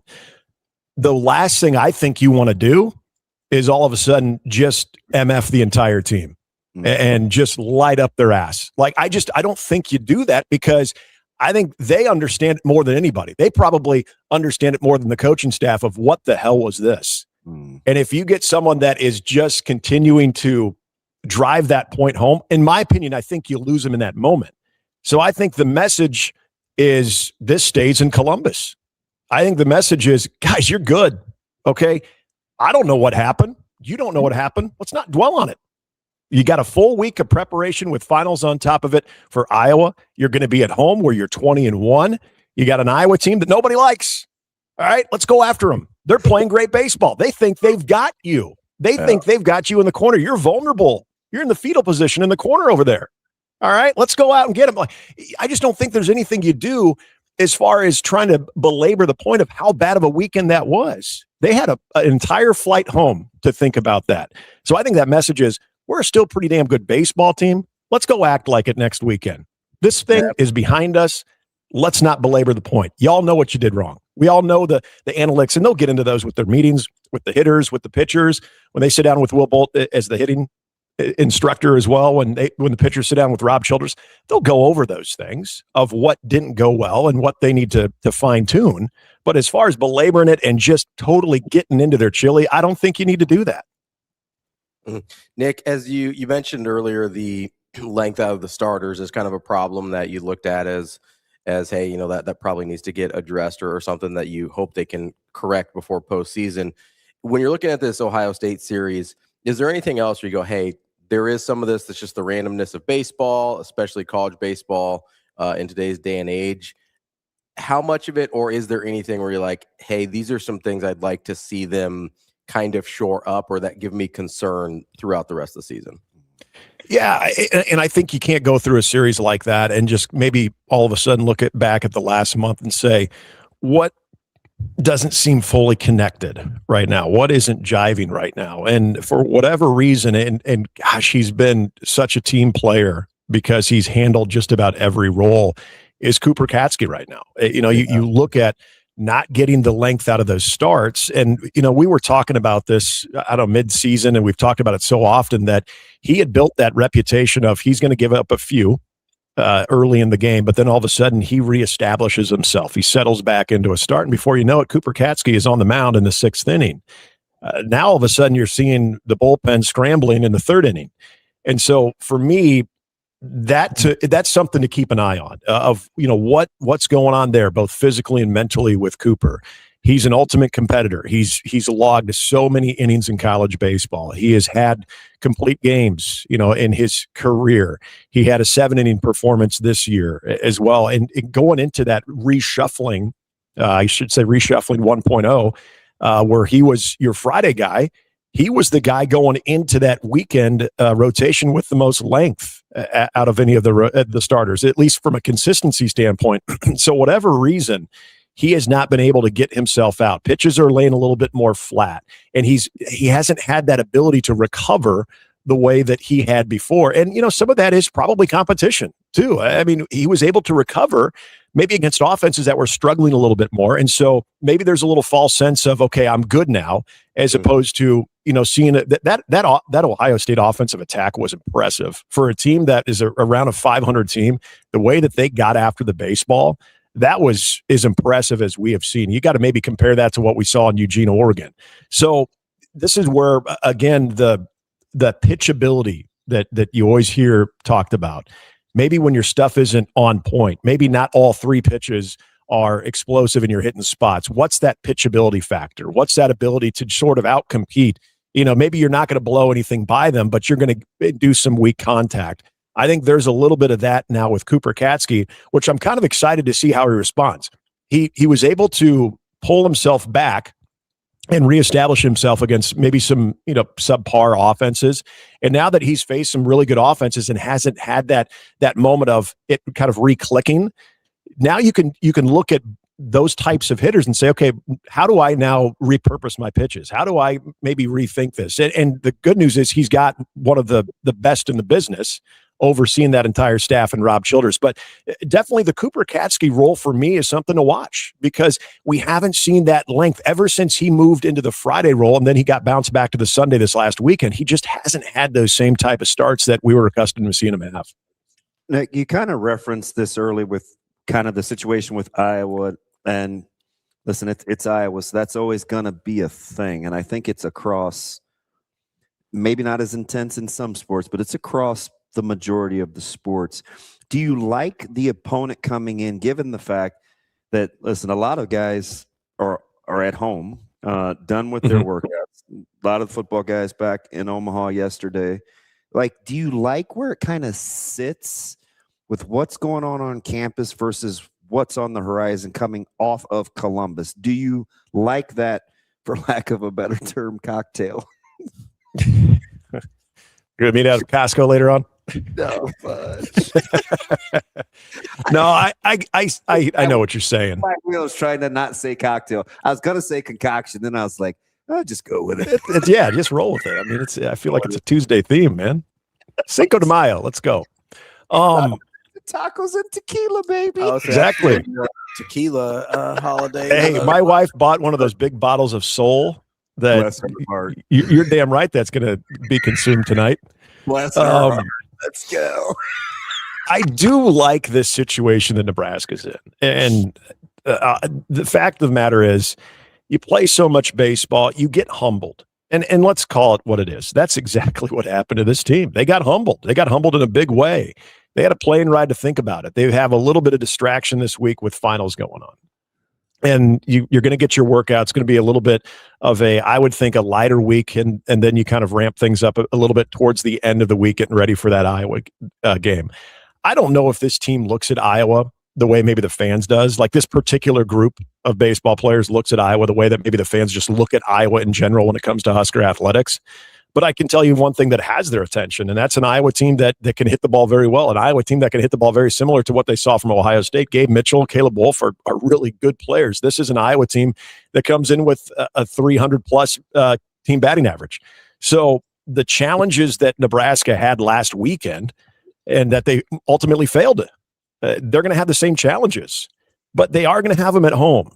They are going to have a full week of maybe getting away from baseball for at least a 24-hour stretch to where they can refocus on what they need to finish up in the classroom this week and then really put it all into this final stretch of Iowa, Creighton, and Minnesota and the Big Ten tournament. And then you see, where the cards fall.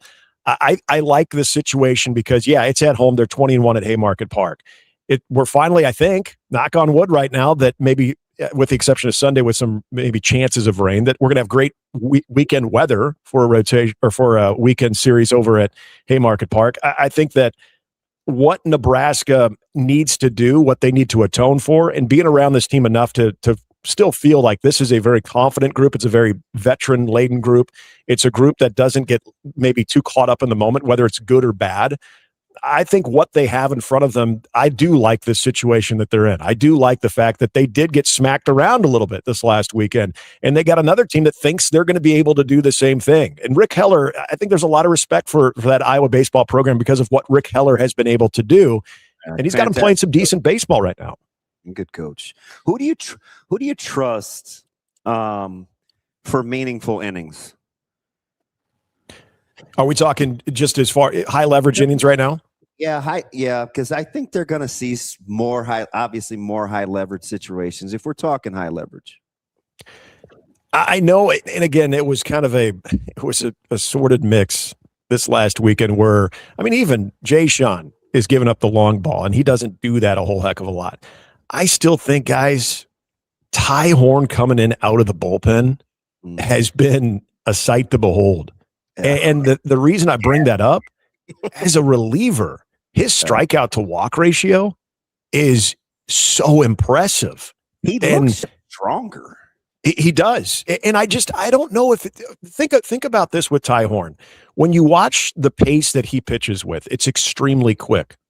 And so I think there's a little bit of something from a mentality of the less you have to think, prepare, go through that long pregame routine as a starter, that you're just able to maybe kind of get it and go. All right. You get the call to the bullpen. You begin a very, very quick warm-up period. Then you're on the bump. You're throwing your bullpen pitches, and then you're called into the game. There's very little time to think and overly process stuff. And I think for some athletes, that's just a good thing, where they don't want to have any lag time. They don't want to have any lull in their routine. I think Ty Horn has unlocked something when it comes to that. So, yeah, again, when you throw 95 plus, if you leave one up a bit, sure. If they make contact or guess right, there's going to be a couple that go out. But as far as his stuff, the cutter, the slider, and then the 96, 97 mile an hour fastball, and he's getting ahead of hitters so much more as a reliever than he did as a starter. He's another guy that if he had to come in early in a game and really bridge 4, even 5 innings of solid, almost unhittable baseball, he'd be the guy that I still put a lot of confidence into. I still think Jay Sean is one of those guys, again, as a closer, he can give you length. He can go 3 innings if he has to. But I would say right now, Ty Horn, with that transformation, is still a guy that I have a lot of high hopes for, and I'm probably the most confident in right now. How about how we undersell, like, the emotions of going to the bullpen? That's one thing, right? That's obvious. But how about the preparation and the difference in preparation it takes, not knowing, but needing to know how you need to prepare and be ready as a reliever versus a locked in, Friday, Saturday, Sunday night starter? Like, that preparation is vastly different. Yeah, it is. I mean, you think about it, as a Friday guy or a Saturday guy, when you're coming in, what the day is going to look like as soon as you wake up and when you're going to begin that routine. You know the scouting report. The first hitter you're going to face. It's going to be the leadoff man. Okay. As a reliever, you're most likely going to back up pitcher A. But at what point? At what point in the lineup are you going to come in? So there's a lot of things that you're like, well, I don't know what the answer is to that, so I'm not going to worry about it. You just eliminate a lot of the guesswork of, okay, I shouldn't have to worry about that. You don't guess because you don't know. So you just go and like, hey, I know I just need to throw strikes. Okay. Once I settle into maybe 4, 5, and 6, then we'll go over. Obviously, they'll say, hey, you're facing so-and-so. Remember, this is where we want to pitch him. And then after that, away you go. You're on the mound, you're competing, and you're trying to get out of a jam, or you're trying to, be able to carry the bullpen and save some arms, whatever the case might be. It's a mentality switch of, okay, I'm ready. Okay, now it's real. Now let's go. As opposed to, all right, let me run my polls. Okay, let me play my long toss. Okay, now it's time to get out to the bullpen. Let me get some stretching going on. Okay, now I'm going to start my bullpen. I'm not saying that, I'm not trying to make excuses for guys like Ty Horn, but I just feel like there are just certain people that respond better when they have those quick twitch moments of, hey, we need you, go get going now. And then they go in there without any time to really think about it, and they just go out there and they just flat out pitch. When you take a lot of the analytics and everything that comes with a preparation of a start and just say, all right, go out and pitch. Not saying there's not analytics involved when it comes to coming out of the bullpen, but it's a lot of a quicker turnaround time. I think some guys just responded. It just seems like Ty Horn has really responded to that. Yeah, I don't know that it's necessarily positive or negative. I think it's just the way certain people are wired, right? Like, yeah, absolutely. And you got to be able to process the scouting report quickly once the game actually unfolds. Yep. Right? Yep. Hey, this is what we thought going in. This is kind of where we're at with it tonight. To be like, you have to be a pretty quick processor. Well, and if you're a starter, like say Ty Horn is a starter, for instance, maybe he's not a guy that if you have to sit there and think about things for multiple days, maybe that isn't good for him. You know what I mean? There's people that are like that. If I have to sit with the same information for too long, maybe it just gets in my head a little bit where it's like, hey, we're going in, you're going in and get warmed up. You're going in 5 minutes or however fast you can get warmed up. Maybe the way his brain is wired is just better to get up and go as opposed to, all right, I got to think about this. And that, maybe he kind of paralyzes himself with analysis. Or absolutely. I think guys do that sometimes. Yeah. And you're right. I don't think there is there's a rhyme or reason to why that is the case. I think that just sometimes in the moment in the sport, the type of competitor you are, you can thrive in certain situations where you're just called to action really fast. And there's other guys that can use that extra time of preparation, that longer process of getting ready for competition, and they feel like they are as prepared as possible, and away they go, and they can be very successful. And we've seen Ty Horn do that. I mean, against UCLA last year, you think about one of his best starts, though. I mean, there was a quicker turnaround because he did have a rough outing against that Michigan State team, the game that Nebraska came back and won in the Big Ten tournament. But he had an idea that if they made the championship game, that he was probably going to be the most fresh arm, and he didn't throw as many pitches as he would have liked against Michigan State. But again, it wasn't necessarily the normal routine for him throwing on a Sunday afternoon, as opposed to a guy that was throwing on Saturdays. And so, you took him a little bit out of his routine, but he dominated that UCLA team, one of the best hitting teams, even last year, one of the best hitting teams in college baseball. I mean, he shut them out. So there could be something to be said about, just not having to sit around with it. And I think for Ty Horn, given the way that he ended last season, I think there was probably a lot of pressure he put on himself to where now he can just be in a role where he goes into the bullpen, he's with his guys, he gets on the bump, he gets out there and he just pitches. And I think you've seen, for the most part, the result of that has been largely positive. That to me is still one of the more underrated moves on this pitching staff that we've seen all season. That's Nick Handley, play-by-play voice for Nebraska baseball. Nick, appreciate the time as always, and hopefully we're having a more positive conversation in the coming weeks. Absolutely. Cheers, boys. Enjoy your Cinco de Mayo. Thanks, buddy. That is Nick Handley. He's the play-by-play voice for Nebraska baseball. We can take a quick break here. Tequila greater than vodka.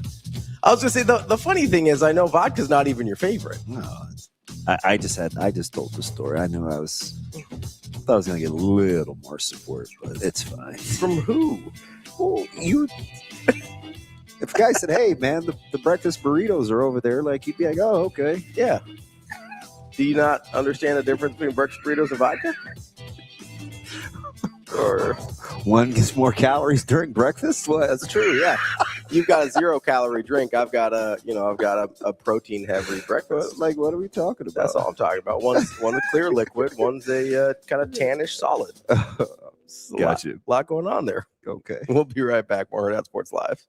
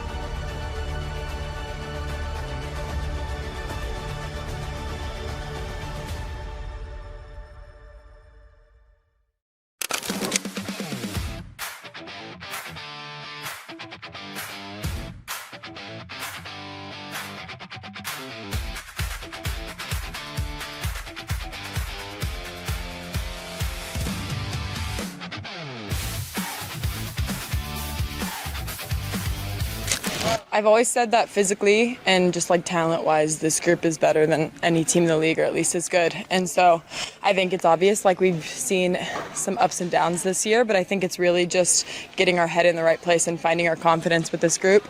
And we've put so much internal work throughout the season, team meetings, lots of chats, like just seeing like what we need to do and be cohesive on the court. And I think we've seen that these last few weeks, just how we're peaking at the right time. And every single match, like throughout any point of the season, I always said that I think we can beat the team on the other side of the net, and I think we're especially feeling that going into the semis. I think you need leadership in literally any aspect of life, and I think luckily for us, we have a lot of great leaders on this team. I think me just being with the Supernovas for 3 years, going into a third championship, I can definitely take a part in that role, but we have so many incredible athletes that just take their own role in a leadership way as well.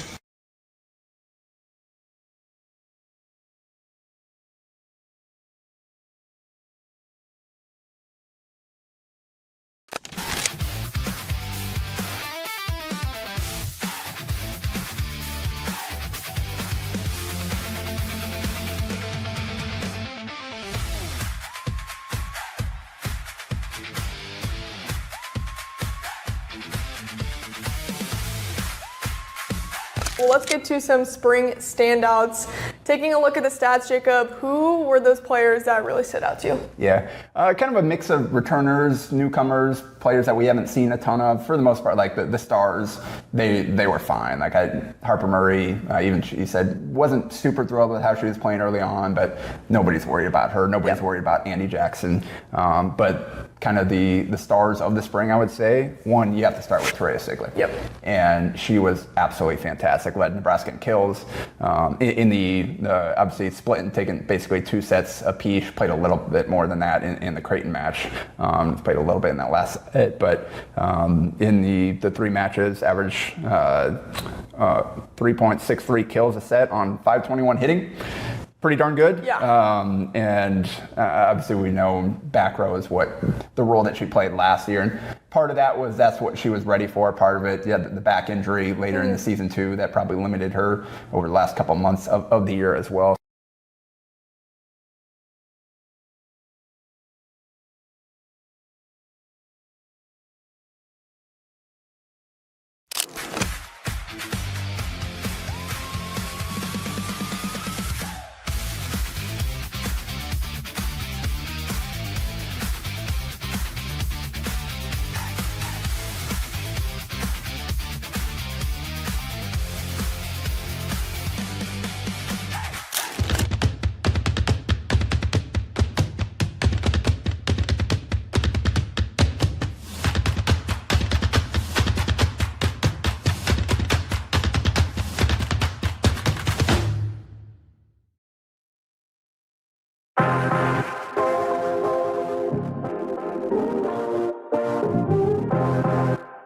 You're listening to Hurrdat Sports Live.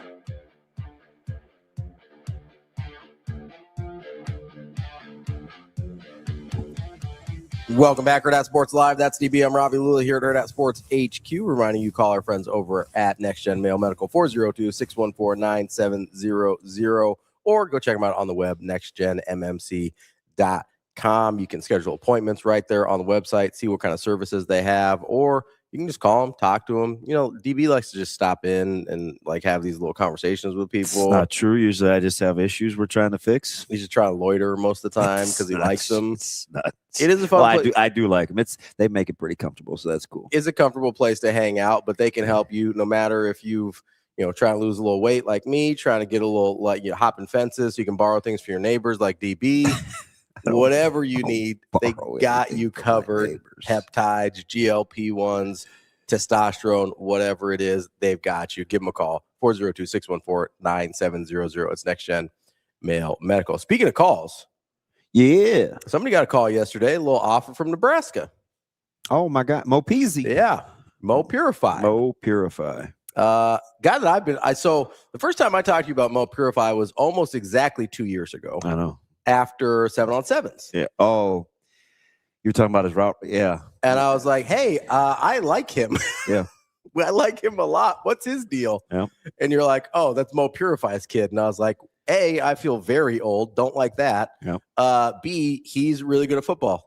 He's really good. And this is hard, but not hard. I think the thing for me about him is his perseverance. Like, he's a super kid. He wakes up with a super word quota, doesn't talk. He's really low maintenance. He's a great lifter. And he just works. And I think for him, he came in with such high expectations. We had a really good receiving core, his first year, pretty good last year. And he had a couple of offers on the table. And about 3 or 4 games in, I remember he had like 6 coaches on the sidelines when we played Bellevue West and just didn't play well. Yeah. And didn't really complain. Coach Slamanji had to have some really, really tough conversations with him about offers being rescinded. Like they were pulling him off the table. Yeah. And for him, he just went to work. Yeah. I kept working. He never misses practice. And so, as you saw by the end of the season, like, he was the guy that everybody thought he was. And so the backstory to that is, Nebraska asked about him last year, and they followed him early this year, came to watch him, and they were like, okay, like we're going to monitor it. And to their credit, that was probably October, maybe. Okay. So it was a minute ago. Yeah. And I didn't really hear from him. So it's not like I'm going to say, hey, where are we at? Yeah, you're not like following up. No. Yeah. Because part of it is I don't my dad always told me don't ask questions you don't want to know the answer to. Sure.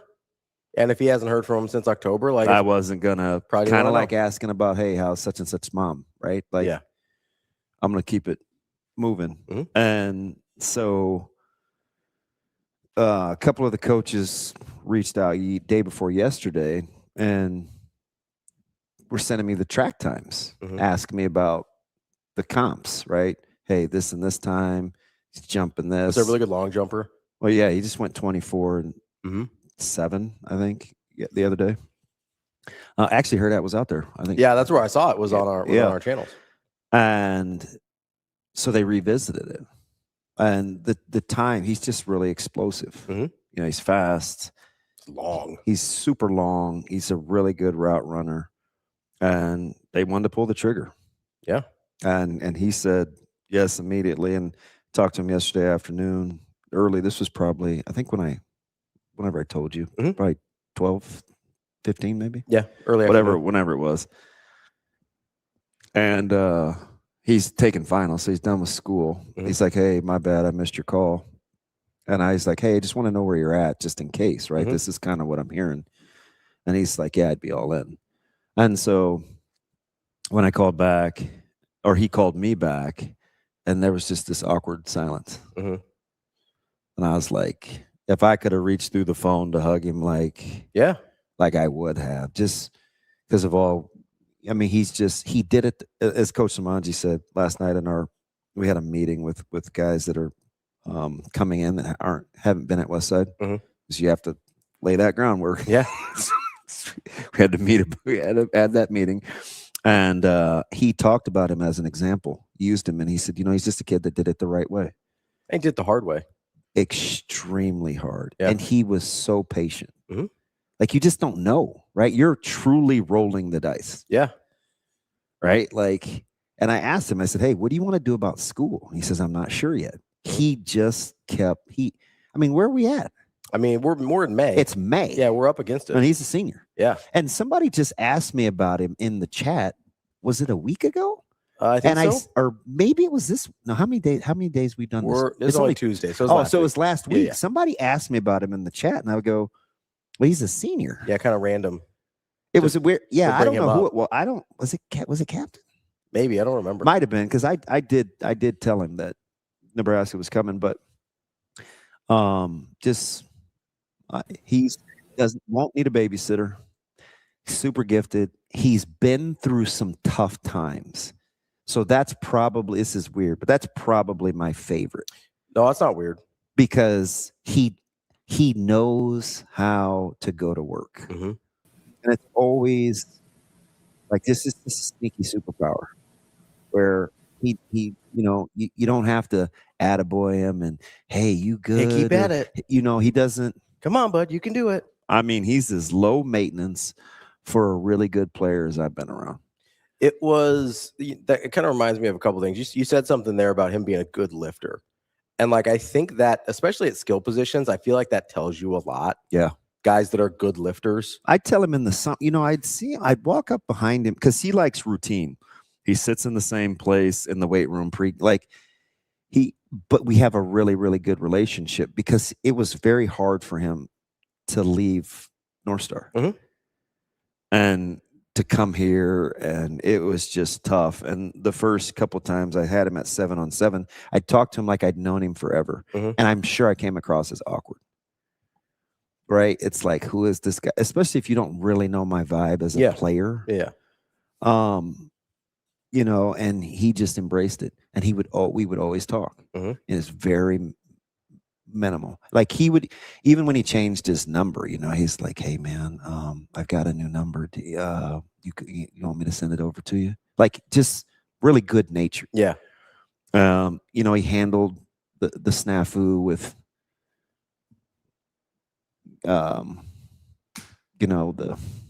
the other player in the recruiting, like, oh yeah, yeah, okay, handled that like a pro. Didn't bellyache about it. Which, by the way, they're going to be teammates, so that's going to be interesting. Yeah, that'll be fun. And I need to. We have to talk about that off air. So it's cool. Like, he sounds a little bit like Caleb in his demeanor. They're very, very so coincidentally, yeah, so Donovan and Caleb caught news early in the day. Yeah. And I don't know how, because in typical Mo fashion, Didn't tell anybody. He didn't post it. No, he didn't. I was looking for it. He didn't say one word. It like hit through the grapevine. So I think Rule's gotta love that. I think Tyson told somehow Donovan and Caleb, because they're roommates. Yeah. And like Caleb caught, like he literally was like cheering because he's just an easy guy to cheer for. So the other thing that you were saying there about Purify, that I was actually talking to Heath about this yesterday.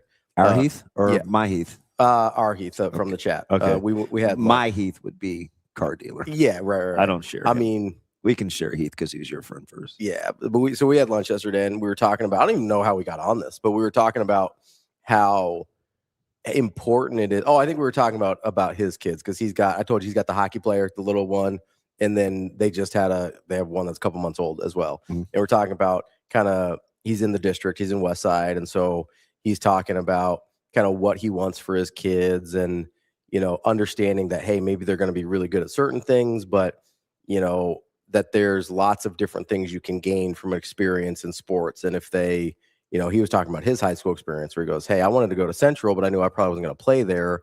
So I wanted to go somewhere I could play basketball and maybe get some run and things like that. And we were just kind of talking through this process of how valuable it is to be able to fail and learn and recover as a young person, right? Because a lot of people don't figure that out. I think that's a lot of, when we see guys that we look at and they're like, oh, they're soft when they get to college. Yeah. What I think we really mean is they just haven't developed calluses from failure a lot of times. He played, I remember, we kind of do these shout outs in the locker room after games and stuff. And he had up to that point, he had his best game of the season. 20, not even 24 hours, because it was after practice the day before, where Coach Lamanji, they go in the back room and he's got to have these conversations about what happened with the scholarships. And just the way that he responded is, he's just a guy that I would rock with for a long time. And it was really funny about the timing, because when you have new guys that are coming into the building, and we take very few 1-year guys. Yeah. It has to be a unique situation. Yeah. But when we have multi-year guys, and we're talking about this in the meeting, where it's like, you may not feel it now, but at the most fun part about this is we get a chance to show you if we're who you hear about. Right? Because we've probably played against you. Yeah. Or whatever. Somebody knows about us. Like, we get a chance to say, like, hey, this is what we promote. Now you get a chance to see who we are. Yeah. And put it to the test, right? Either it's smoke and mirrors, or all the other stuff that we talk about outside of football is actually what we do. How much did him competing is part of what we do. Yeah. He just never cheated the sport. Well, it would have been really easy to panic. Or to tank. Yeah, or to be like, well, yeah, just kind of go, just be like, what the hell, man? What is this? And it's not like he gets a ton of burn. He got it early. Yeah. Right? Got it early as a junior. And a lot of it, a lot of it's the last name, right? Yeah. You get the legacy thing early. And so that kind of, I think that's hard for, we talk about. His dad was nice. Oh, for sure. But his dad will also tell you, at the same age, he's clearly better than he was. Well, and it took his dad a little while when he got to Nebraska too. Absolutely. Right? Like, and I think there's a really unique. And by the way, his mom isn't getting enough credit because she's here with him. Yeah. Moved him up here. Yeah. Like, she's a rock star and will defend with every ounce of her being. She has been a super influence. Remember when we first heard about the incident? She was the first one up at the school. Like, yeah, that wasn't my son. Yeah. Like, hey, yeah. We got you. Yeah, for sure. We got you. That's a kid where, the legacy thing, especially when you're in state, can be really hard. That's brutal. Right? I mean, obviously, with your boys, and it's you have to appreciate when a kid like Maurice like handles it. It goes by Maurice or Mo. Mo. Okay, sorry. When a kid like Mo handles it in a way that like is really like, I wish I would handle something like that. Like if I'm in a similar position, I hope I can handle things with as much maturity as this 17, 18-year-old. He didn't say anything. Yeah, which I can't do. So when they asked, I literally had to say, "What's up? Like, what are you thinking? Like, where is this? How is this registering with you?" Yeah, like, what do we like? In my head, I'm like, don't be getting my hopes up and then Charlie Brown this thing. That's what I'm thinking. But I'm fact finding first. Yeah. But when I know they're wanting the validation of times versus actually staying with the film, like there's Coach, he's telling me about the comps between his junior and senior tape. He's clearly watched he's it paying attention recently. Yeah. And so I'm like, this isn't like a glance by a huddle highlight. Yeah. And I didn't want it to be a drive-by conversation. Yeah. But I'm not going to be like, hey, if you're going to talk about this, like let's move. But I am thinking it. Yeah. Right. So like for them to move as quick as they did, I that's just to have done their due diligence. That's a ton of respect because it would have been easy to turn the page, but they stayed with it. Yeah. How important do you think, and maybe you don't know, but how important do you think the track stuff ended up being for him? Pretty big. Because the tape is, I like the tape. Like obviously he had some games where he didn't play as well. But you watch him the last 6 or 7 games, and you watch him run. People always say, the tape doesn't. I don't know who started that, but tape can definitely be deceiving, right? So when you watch him, he doesn't look like he's moving very fast. Because he's a long strider. And you saw it at 7-on-7. Yeah. Like in and out of his breaks, it's very subtle. Yeah. You're not totally sure how he's getting open because you're like, he's not moving fast enough. He doesn't look like he's moving fast enough. But then you see 10-8s, you see 10-7s, you see 24-foot long almost jumps. 25-foot long jump. You see, he's a 40, whatever he is, triple jumper. Yeah. Like he's clearly, for as long as his legs are, his footwork is outstanding. Yeah. Which you don't see from a lot of, especially guys that like this guy. I don't. So stupid. Jesus. Anyway, I think there's a lot of people that have this perception of Nebraska receivers, especially that they in state or at the school. In state, like high school kids, that maybe they're not as polished, or the like more athletically gifted ones aren't super polished, and the super polished ones aren't athletically gifted. Like you get one or the other in state, but you don't get both. And so I do think there's a perception of that sometimes. But like he's a kid, like that looks like a guy that's like, oh, he knows how to play the position. Yeah. So the guy that had him originally is now at SDSU with Coach Jackson. Yeah. So he's probably pretty good at what he does. He may know a little bit. Yeah. And then his coach now is coached a lot of great players. So I think he's pretty, but most of it, in my opinion, is this isn't like a match to get you started on temperament and toughness. Sure. But most of it is Mo's personality. Sure, yeah. He's very much dialed into the process. Yeah, and I'm not going to take the bait. It appears that they are looking for a certain type of a kid being wired a certain type of way. And I think that probably, that's why I asked about the track times, because I know that's important. Like you can look at the tape and say, because you see this with guys all the time. We're like, super fluid. I don't think he's moving that fast. Yeah. But then you see a track time and you're like, oh. You ever heard Darren? Is he doing track at UNL too? So he doesn't really want to double dip unless he has to. Okay. Right? Unless people think that's a good idea. I really want to see him jump. He's a football guy. You better get out there. He's a really good jumper. You ever heard Darren Woodson talk about Randy Moss? Oh, yeah. So he has that clip where he's like, you watch him, and it's like, I can run with him. He's like, bro.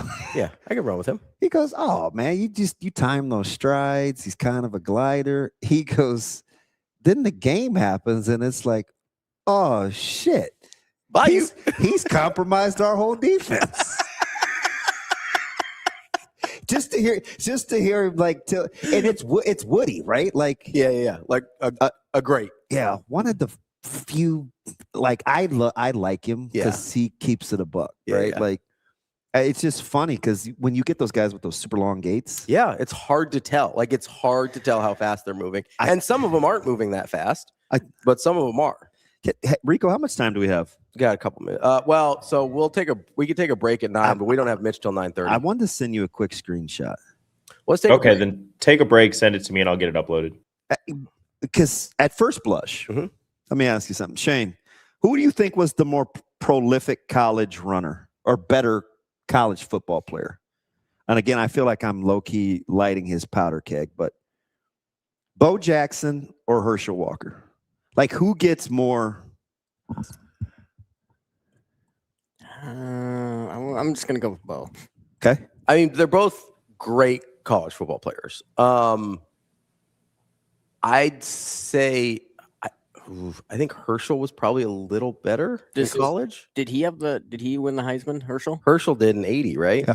Okay. Rico, who do you think? Like, who has more of the prowess? I'd say, like, are you talking about like who gets like talked about as a better player more? Yes. Bo gets talked about as a better player more. I thought Herschel, but I think Herschel was better. Yeah, it's not even close. Yeah, but Bo gets talked about more for sure. It's Herschel by a landslide. But that's not how we remember it. No, it's not. No, I just was like, I don't know why. I just was, I get into these like aesthetics. Yeah, the long sliders versus the gliders. Timeline?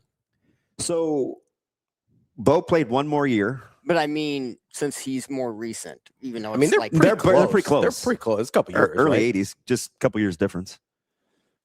Bo played 4. Herschel played 3. Herschel has 1,000 more yards. He has 6 more touchdowns.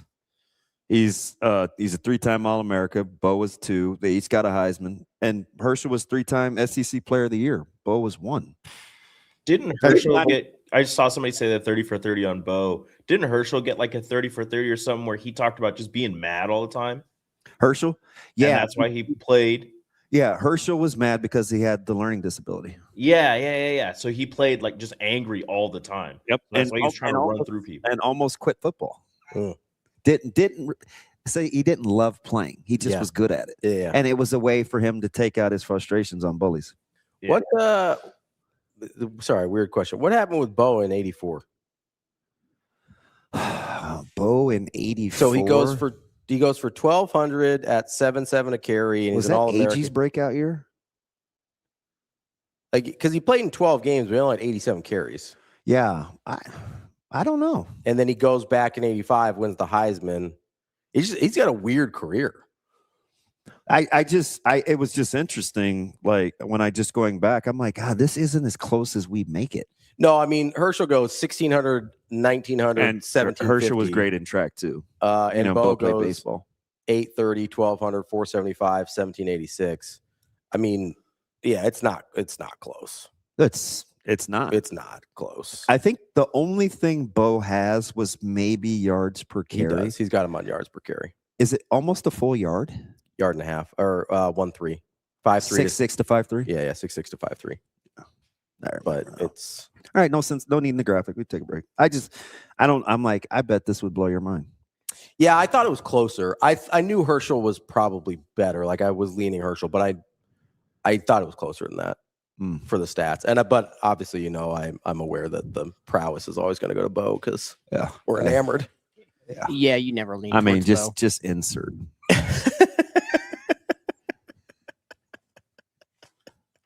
You're right. It's pretty predictable. You're right, Shane. I never lean towards Bo. But I don't listen. I never bash on his college prowess. Like I understand what kind of college player he was. If Herschel goes someplace else, Well, Herschel had the weird USFL thing too, didn't he? If you go someplace else instead of that. He also didn't like talking to the media. Yeah.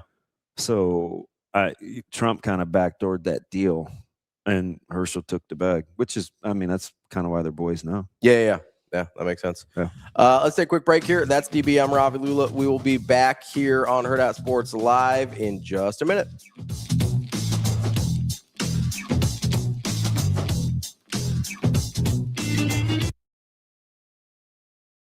Yeah, I mean, this is an incredible group. 4 teams get the opportunity to even be practicing right now. And so understanding how fortunate we are, but also understanding how hard we've had to work to get there. Even at practice today, we mix things around. We put different people out there, different lineups out there. And, the expectation is no matter who's out there, we're going to put our best foot forward. I think a lot of it comes down to effort and intensity and like staying mentally locked in. And I think that's something this group does really well. So I think it's a good opportunity for us here this week.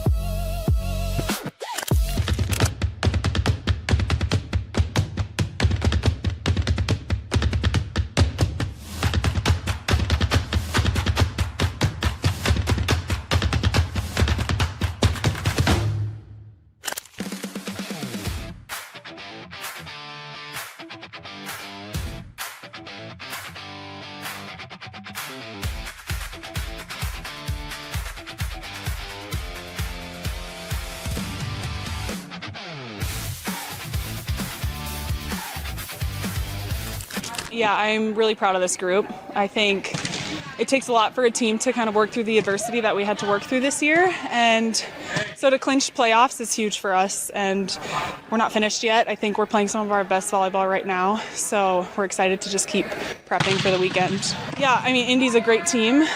We've gone 2-2 with them, so this is the tiebreaker. We're going to prep hard for them. They run a really fast offense and they use their middles really well. And so we're going to have a plan going into it. And I'm excited to play them. They're a really fun team to play. They're scrappy, and I think that's one of our strengths too. So I think it'll be a battle. Yeah, we're going to empty the tank on that first game. We're not really thinking beyond that because at this point it's all or nothing. And so just like we do every day in practice, we're going to show up from the very start and bring a lot of energy, have a lot of joy, and just enjoy it because this is a really cool stage to be on. And so having some gratitude in it too, I think will fire us up.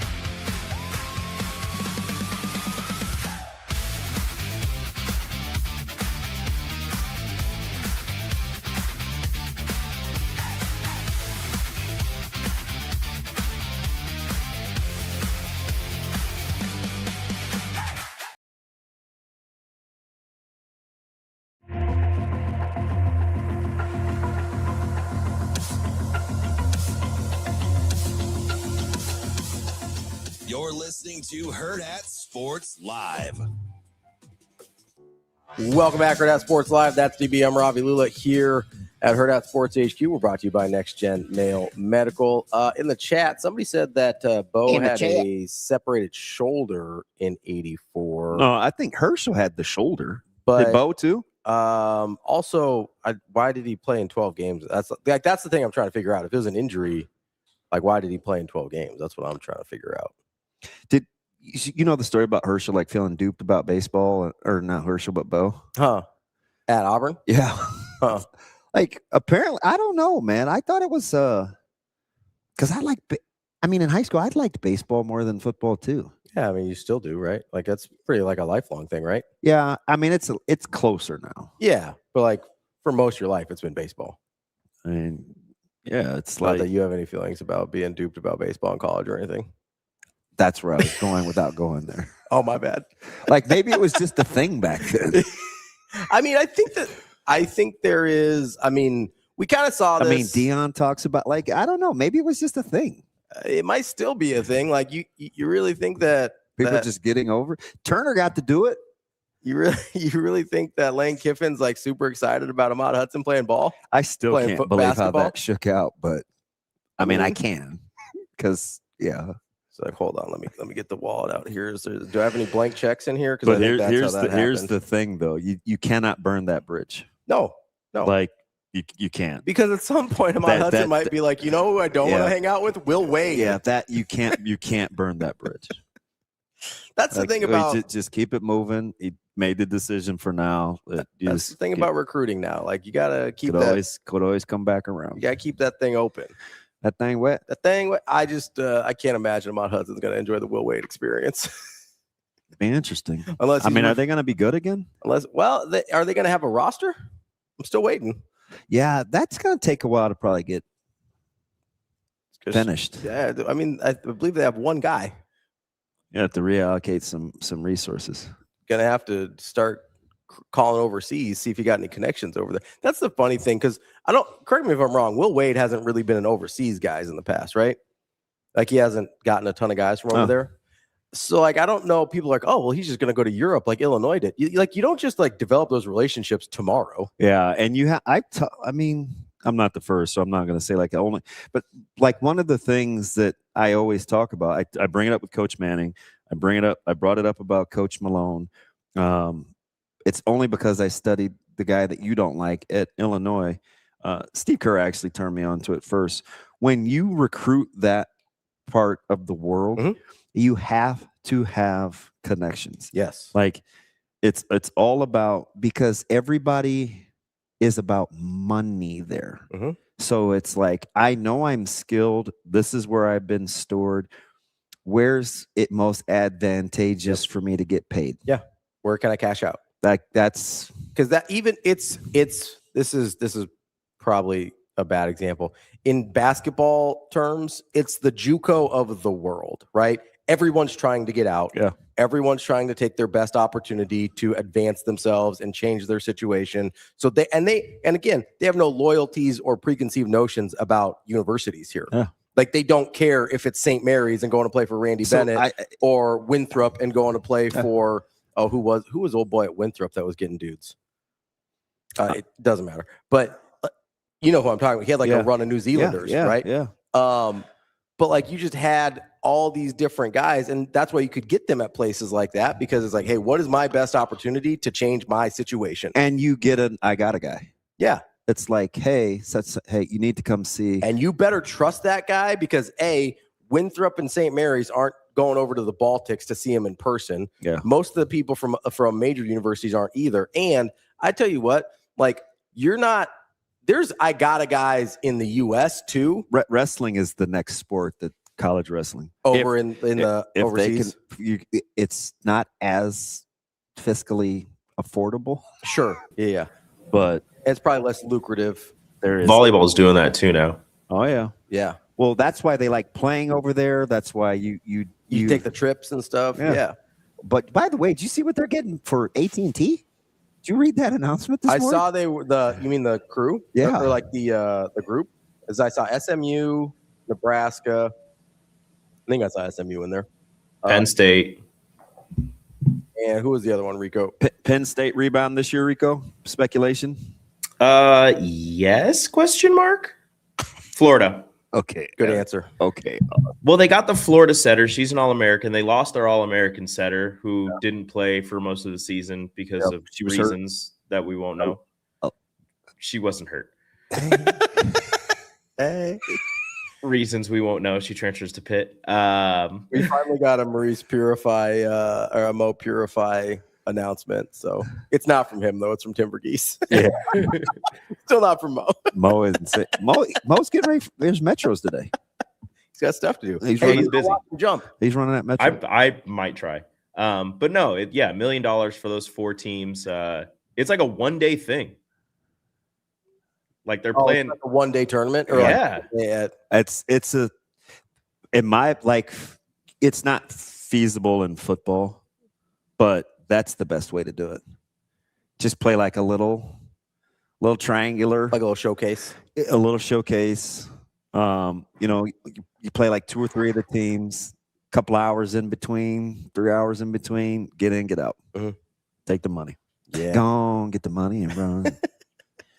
But I think since there's money involved, it won't count towards regular season records. No. It's a different version of pay for play. Hey, we have some money. We'd like some participants. What's like those exemption tournaments? Or whatever? Let's have the crown without it merely being the crown. It's preseason crown. And you come get some money and spend it on a roster that had no turnover. Yeah, and Carol's saying it's best of 3 sets, not 5. So you just got to win 2. Yeah. Oh, nice. Yeah, which is a little shorter. Which go quicker. That's how you got to do it. That makes sense. And that's a really nice 4-team, and that's really impressive for volleyball. Yeah. So they'll play. Will they play everybody, or those? I don't think you can. No. I think it's a. I don't think so. It's a couple. I'll look into it more. So we're not looking. Everybody. The rumblings were, you played 3. It may be down to 2. Mm-hmm. Yeah, it looks like it's a semifinal final setup. So okay, and then probably play one, play the other. Yeah. So everybody gets 2. Yeah, that makes sense. That's a good setup. I can't believe they pull. Yeah, I can.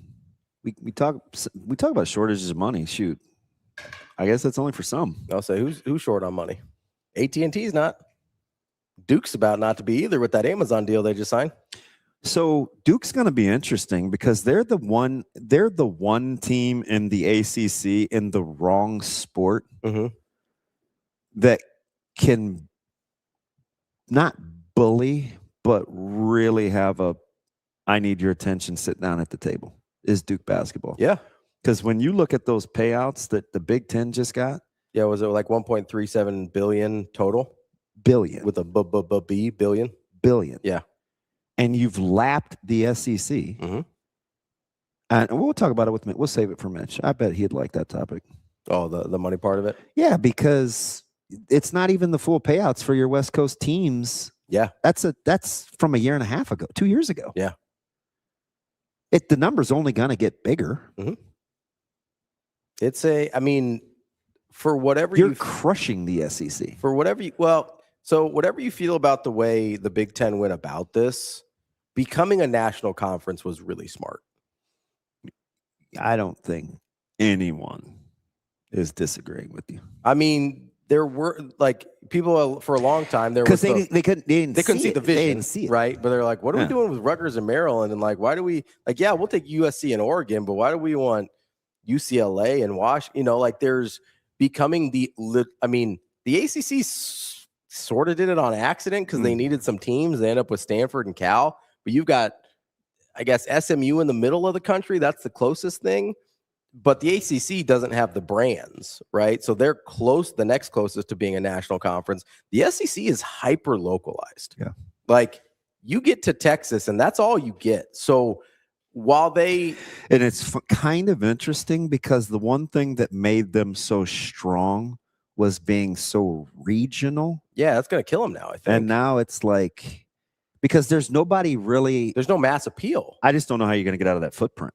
Is the Big 12 kind of national as well, going from, was it West Virginia to Arizona? So Yeah. How much money? I always forget about it. The Arizona schools being over there now. How much money can basketball make? So that's the hard part. Is Big 12 is a basketball.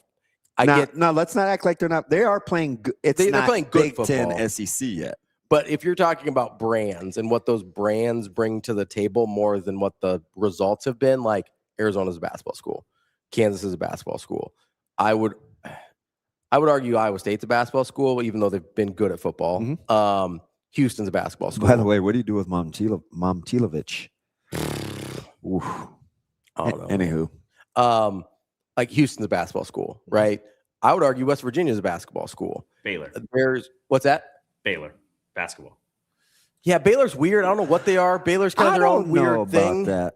I mean, yes and no, because they just won a title in, what was that, 21, 22? 21. Baylor's their own weird thing. Like, I don't know what to do with Baylor. Like TCU? Yeah, TCU is weird too, but they're definitely a football school. Although TCU might be closest to being a baseball school if we're really talking about it. But like that's a TCU's the little private. They got a coach that talks a ton. He'll rally for his football team. The little private, formerly religious schools in Texas are really hard to get a beat on in terms of what they care about. Like SMU, TCU, Baylor are all very. SMU's obviously football, right? But they're very strange in terms of like how they go about business. Like they're really big outliers, I feel like, compared to some of the other schools. Yeah, Does the Big 12 have a true football school? Like, would Kansas State be the closest? Well, they have BYU also, but football school. UCF is a football school. Utah. Oh, Utah is in the Big 12. Utah probably their football school. Yeah, it's hard to tell that to the Carolina fan, but yeah, I do remember Michael Doliak and Andre Miller and Rick Majerus. Yeah. You don't need more reminders. I mean, Rick Majerus was Utah. I know. So like, I guess, but I mean, in the last 25 years, basically, it's been football school. I mean, you go Urban Meyer to Kyle Whittingham, like they've kind of, I don't know. I mean, it seems like they care more about football at this point, but maybe that's more fluid than I give it credit for. Although, do you believe the reports about? We knew he got ushered out. We just didn't know the details. Yeah, and it's now Michigan. I know you're still mad about that because you wanted them to go coachless. Well, not just that, but like Michigan and Penn State both pissed me off because I like those guys a lot. I like Matt Campbell a lot, and I've been a Kyle Whittingham honk forever. And for them to end up, and as soon as as soon as the like rumors about Utah started coming out, I was like, I swear to God, if he ends up in Michigan. Yeah, and you know what's funny about the Matt Campbell thing? Like we forget that Matt Campbell was at Iowa State for a long, long time. Very long time. We forgot that he recruited this area for a long, long time. Yeah, now they're butting heads with recruiting Penn State. So now that he's at Penn State, this is what people they got a Penn State offer. Such and such has an offer from Penn State. It's like, that's an Iowa State offer. I'm like, I don't know what to tell you. Like, that's still an Iowa State offer. When these guys were getting Iowa State offers, they weren't that good. Yeah, it's like, oh, don't worry about it. It's just an Iowa State offer. It's like he's recruiting the same kids.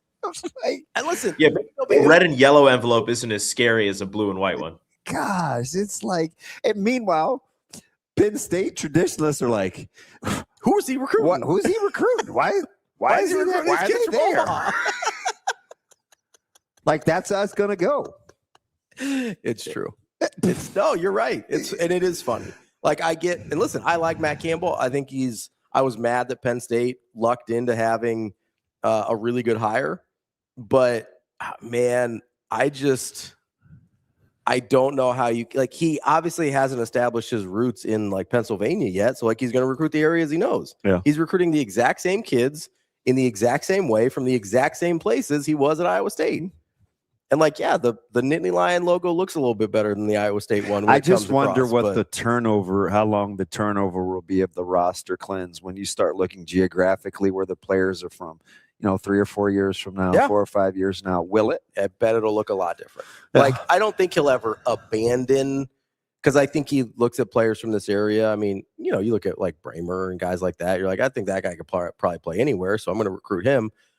But I think he'll look at it and go, hey, there's certain players in this area I can go get.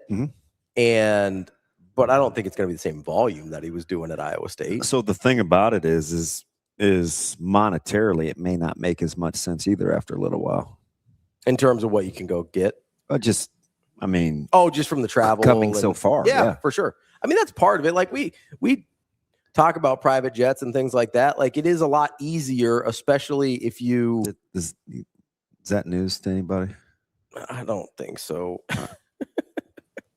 He'll be able to hit the Virginias, the Ohio's, the Floridas a lot more than he was at Florida at Iowa State. Ohio, Pennsylvania, like Virginia, like he'll have that area a lot easier. Like we act like a lot of times, especially with these bigger programs, that the regionality of it doesn't matter still. And it does, especially if you want.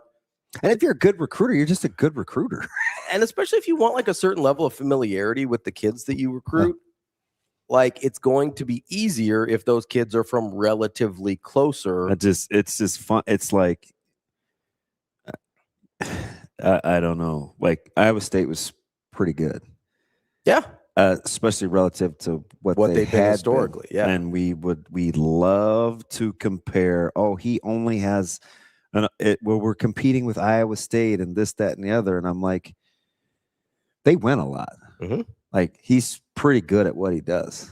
Yeah. Right? He's always been good. Yes. So listen, the Matt Campbell thing is a little bit of a. I know that's your boy. Well, that's my boy. I don't know. I just hated like when it was local, when it was head to head, it was, oh, look who we're competing against. And I was like, oh, Jesus. You know what pisses me off about the whole thing is I remember very, very vividly having these conversations because I was actually filling in for you when you came over here from the old place. And we're having these conversations about what the next football coach at Nebraska is going to look like. And I'm like, hey, Nebraska could do a lot worse than Matt Campbell, right? Like, obviously, Matt Rule came up. A lot of guys' names came up. But I was like, hey, like, Nebraska could do a lot worse than Matt Campbell. And people lost their minds. Remember, though. He was on a bad stretch at the time. Yeah. I get that. Because people talked as though he missed his window. Yes, they did. Because they're like, oh, he should have gone to Texas, should have gone to USC. He could have gone to Cleveland, allegedly. But I'm sitting here and I'm going, okay, this guy's a really good football coach. Nebraska could do a lot worse than this. And now, just a couple years later, we're terrified of Matt Campbell at Penn State when we didn't want to touch him with a 10-foot pole at Nebraska.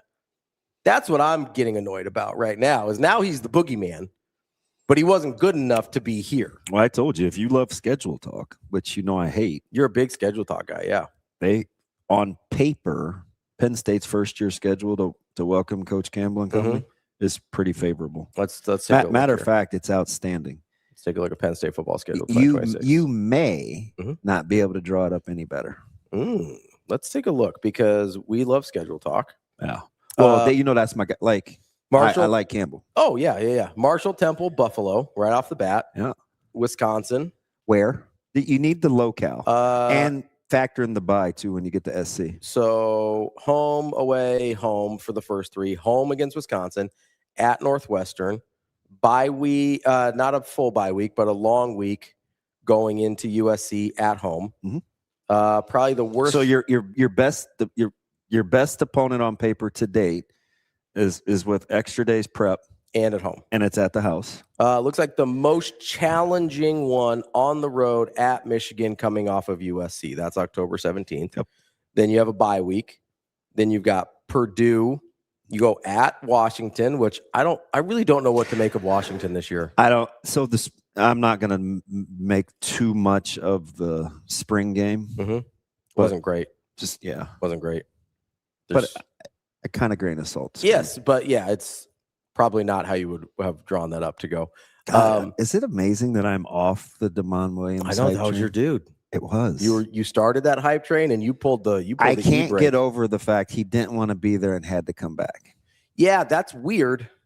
That's the only reason. I don't think he's any less of a talent. No, but so I'm glad. I just don't know how that lands. I'm glad you brought that up because I think we have forgotten quite a bit, not you and me, but the royal we forget quite a bit how a player's mental space can make them look like a much worse player. I think it'll be fascinating. And maybe he'll be fine, but like there's a world in which this goes poorly. That's the only. Don't be like, I thought that was your boy. DB, I thought that was your boy. He's super talented. I just don't know how that's going to fly. So they go versus Purdue after the bye, then at Washington. So at Michigan and at Washington are your toughest ones so far. Minnesota at home. Listen, all you need to know is they get SC at home. They don't play Ohio State and they don't play Oregon. It's true. You get at Michigan, at Washington, and USC at home. Those are your three. Yeah. Those are the tough ones. It's pretty good. Those are three pretty good teams, though. I mean, those are good teams. I mean, that's good. That's good first year schedule. It is. It is. I just can imagine we don't know what we're getting from Michigan. No. Don't follow social media because apparently they don't really like Bryce Underwood yet. Like, I don't get that. Careful because you may have to eat it.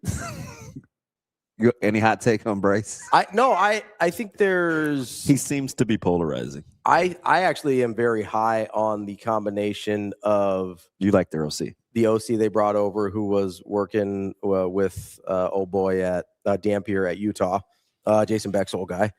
And so I like that combination. I like the idea. I think Underwood's a potentially better version of Dampier, so I think that's a really nice combination there. Kenny, I think it's top 12 in the country, I think, of returning production because it's only players that have played with the team they played with the previous year. Correct. Kenny, so you don't get Vegas's starting years. Yeah, you don't get credit for anything else. Yeah. You just get I think it's top 12. I bet Mitch will know. It would surprise me. They're 83% retention, which is near the top in the country. I have so many numbers in my head, and that you caught me off guard with that. Yeah, maybe that's what it was. Maybe it is third in the Big Ten. That makes sense. All right, let's take a quick break here. We're going to talk to Mitch Sherman from The Athletic. That's DB. I'm Ravi Lulla. Hurrdat Sports Live.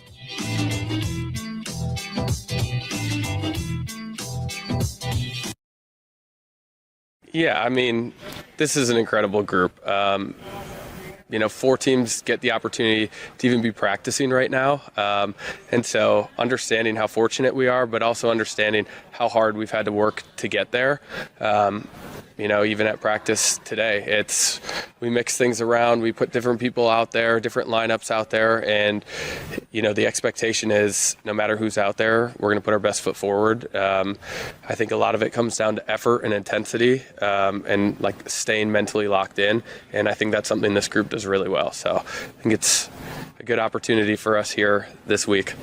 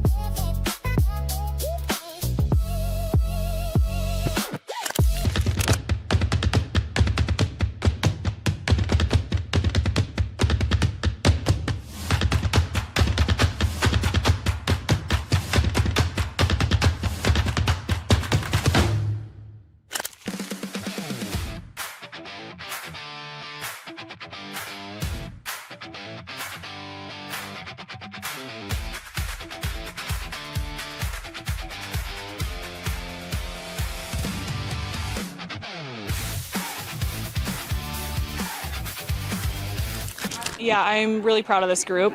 I think it takes a lot for a team to kind of work through the adversity that we had to work through this year. And so to clinch playoffs is huge for us. And we're not finished yet. I think we're playing some of our best volleyball right now. So we're excited to just keep prepping for the weekend. Yeah, I mean, Indy's a great team. We've gone 2-2 with them. So this is the tiebreaker. We're going to prep hard for them. They run a really fast offense and they use their middles really well. And so we're going to have a plan going into it. And I'm excited to play them. They're a really fun team to play. They're scrappy, and I think that's one of our strengths too. So I think it'll be a battle. Yeah, we're going to empty the tank on that first game. We're not really thinking beyond that because at this point it's all or nothing. And so just like we do every day in practice, we're going to show up from the very start and bring a lot of energy, have a lot of joy, and just enjoy it because this is a really cool stage to be on. And so having some gratitude in it too, I think will fire us up.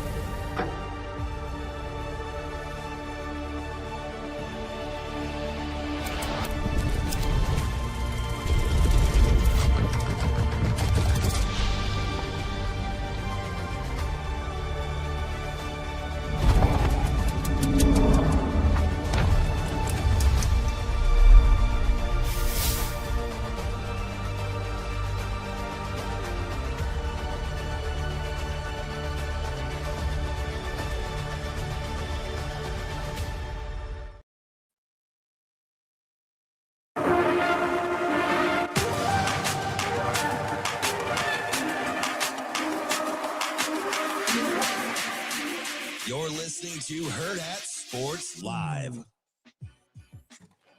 Welcome back, Hurrdat Sports Live. That's DB. I'm Ravi Lulla, right here at Hurrdat Sports HQ. We are joined now by Mitch Sherman from The Athletic. Mitch, how we doing this morning? Good morning. I'm doing well. How are you? Good. Mitch, we're talking money. That fancy basement of yours, I figure it would be a very relevant conversation. Yeah, I want to go same thing. Yeah, exactly. God, your delivery is like, yeah, DB, not funny. Mm-hmm. All right. So, Mitch, I want to go back to something. Your old colleague, Adam Rittenberg. So this was like 2021 or 2022 maybe. And Adam had a column when he was back with the other folks. And they were just embarking on this 7-year, $7 billion Big Ten deal in like 2022. I think it was coming to the end. Any idea? Can you go back and even put your mind around where they are in 2026 in parts of just completing the partial 2-year, the full 2-year payout from before and getting ready to start another monster? That was just 4 years ago, Mitch. They will exceed that in monumental numbers. Right. It just continues to go up, and that may have been around that was what, before the time or right around the time that there started to be conversations about. I mean, I know it all expansion basically broke on one day in the summer. I think that USC and UCLA, Washington, Oregon were going to join the Big Ten. That obviously was a big factor in this huge number that we saw over the weekend, $1.4 billion being paid to the 18 teams in the Big Ten. It's a huge increase over the most recently released fiscal year numbers that we had prior to the last week. And part of that is because there are 4 teams that hadn't been a part of the league in the prior to these numbers coming out. So, but it's more than that, obviously, Damon, as you point out. It's just rising. The stakes are rising. The dollars in play are rising, and there's not really any end in sight to it because there are major players outside of the Big Ten who feel the need to catch up and look for creative ways to produce revenue. The most notable example in the last few days being Duke basketball.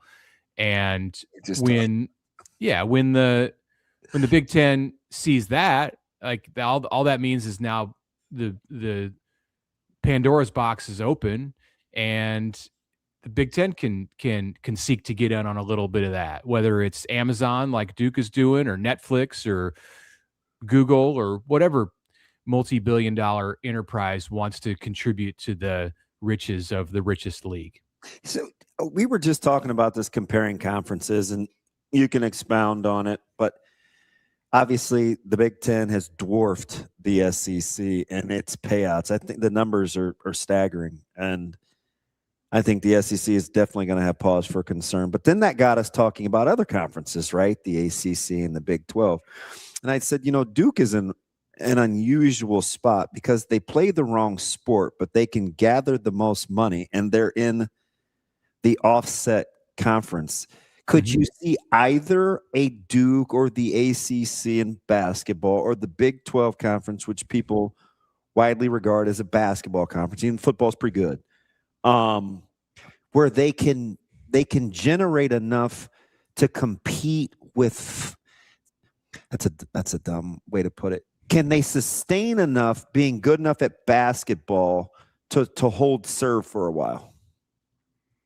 I don't think you can compete with football. I know that. In the case of Duke, like you said, it's unique, and Duke has leverage that very few others do in that kind of position. There's maybe one or two programs in a spot similar to Duke. The conference hostage if they wanted to. Yeah. I mean, they could say, right. They could say, if you want the property of Duke basketball, then you have to grant us our wishes, or at least compromise. I think if any other program, and I'd even include North Carolina. I mean, Duke has been doing these kinds of games for years. It was like they were unknowingly setting the table for this Amazon thing. I don't think when Coach K started scheduling the annual games at Madison Square Garden and big neutral site games that his thought was, in 2026 we're going to negotiate a $20 million windfall with Amazon. Like, it just happened that way, and it was a great lead up, but there's nobody else who, so no, I don't really think it reminds me of the NFL, like just continually breaking antitrust laws because they're making money, and then all of a sudden somebody's going to be like, hey, wait a minute, guys, like, I know you've been doing this for a long time, but this probably needs a governor, like some right. regulations. It's now antitrust is a thing. Like, I don't know. The best correlation between the best comp for Duke basketball is a football program, is something like Ohio State football. And then the question becomes, like, does Ohio State football have enough leverage on the Big Ten that it could seek more money than what it's getting from the Big Ten deal and like sell the rights to a non-conference game against Texas or, LSU? Yeah, that was the thing that got me, is that their current TV partners, they were able to get to go along with it, right? Like, that it's Duke basketball. Like, yeah, if you want them, you got to kind of do what they want. I mean, at least that's the card that seemingly Duke played. The one that I thought was a corollary in football was if Notre Dame ever was like, hey, we'll join your conference if, and then they're like, they put in these, but that'd be doing it backwards, where they're not in a conference yet. Yeah. They can put the stipulations in beforehand. Being in the ACC and still getting ESPN and whoever else to be like, yeah, we're okay with this. Like, that was wild to me. They're kind of doing that a little bit already. Notre Dame is, with their scheduling arrangement. That's who I would have actually used. Yeah, I didn't think of Notre Dame because, like you said, Ravi, they're not in a conference. So who are you going to hold hostage? But I guess you could do the opposite and say, yeah, we'll come college football. Yeah, do it to all of college football. Yeah, there's a lot of different roads that it could go, it could go down, and that's the thing. And people have been pointing to the next round of negotiations, media rights negotiations between the conferences and not just the networks, but just like the media giants out there. And here's more evidence with what Duke just did and what we're talking about hypothetically with Notre Dame, that like that's going to be part of the it's going to be part of the conversation. They're going to make they got more creative with the most recent ones. At least the Big Ten did, in involving 3 networks, and then NBC has its Peacock. That kind of starts to get into the realm of what I think you're going to see a lot more of when the next round of deals are negotiated. Around 2030, 2031. Mitch, it's hard to foresee but and maybe now it's that at Netflix is like $86 or whatever it is now, but or YouTube like going up. YouTube Which package do you have? No, is this ad free or what? But like, remember YouTube was 3 years ago was $40, right? So YouTube TV, yeah. Quietly, it's not now. No, famously not $40 any longer. Like, so quietly they've ramped up, but now streaming services are a player. Mm-hmm. Is there a limit? I mean, government's going to say something.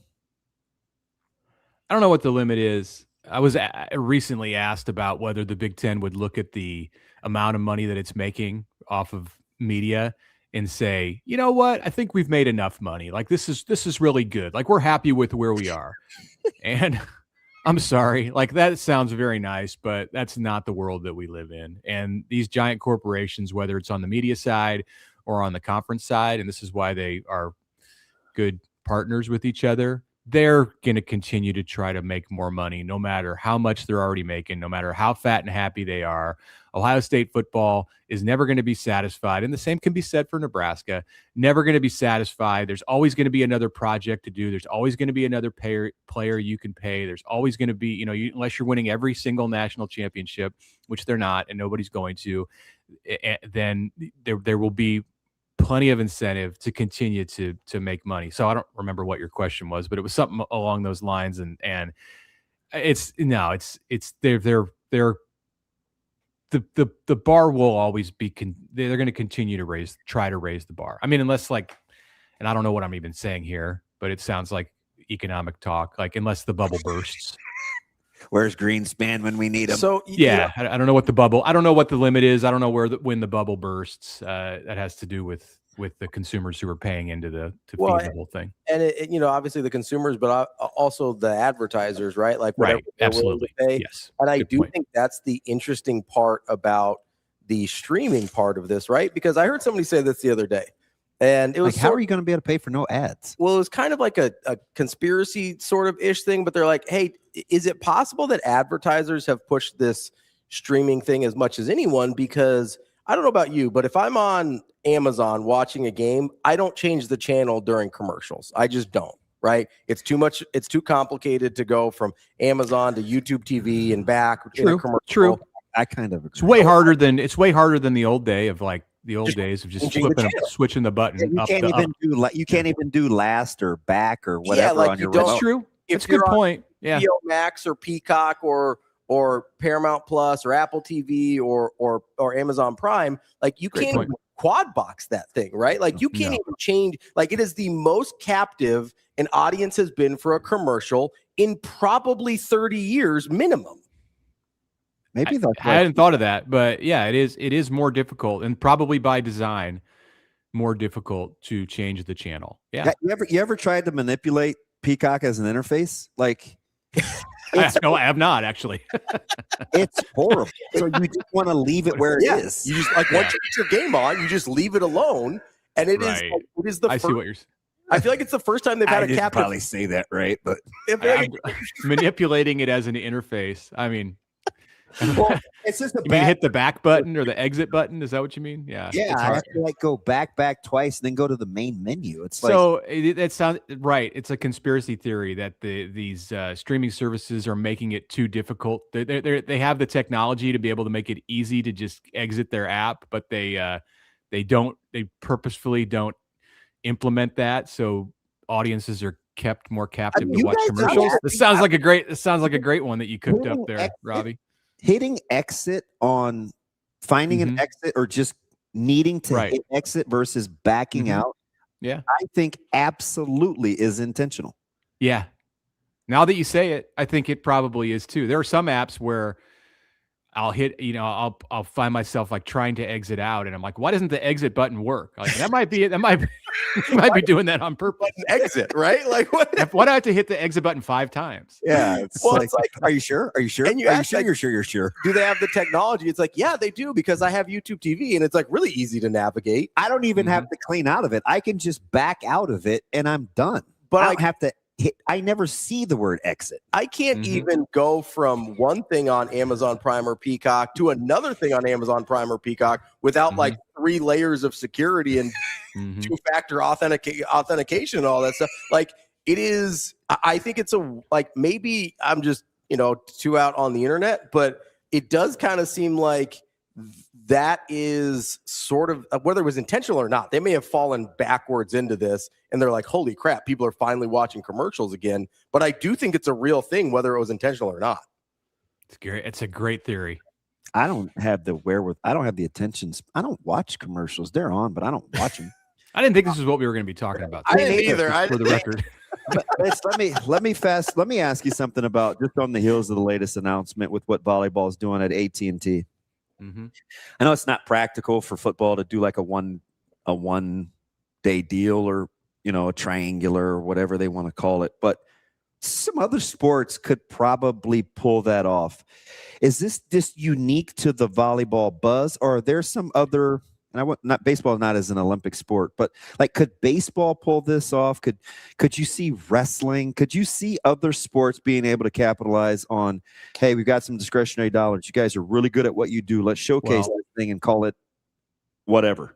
The moment has to be right. I mean, I'm sure wrestling would love to do that and and they've done things. I mean, wrestling has been creative in its like event design, with whether it's like the national duels or whatever, different kinds of events that they've done.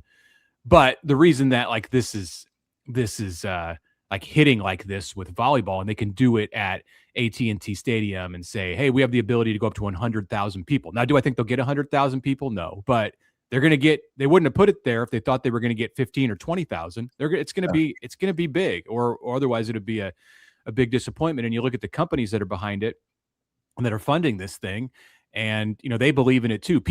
And that's why it works with volleyball, and that's why it might not work. Like if you tried to do this right now with soccer, if you tried to do this with gymnastics or something, I don't. In baseball, it's a different sport. Like baseball's not at the same place as volleyball. Yeah, it's more mainstream. It's more popular for sure on the pro level.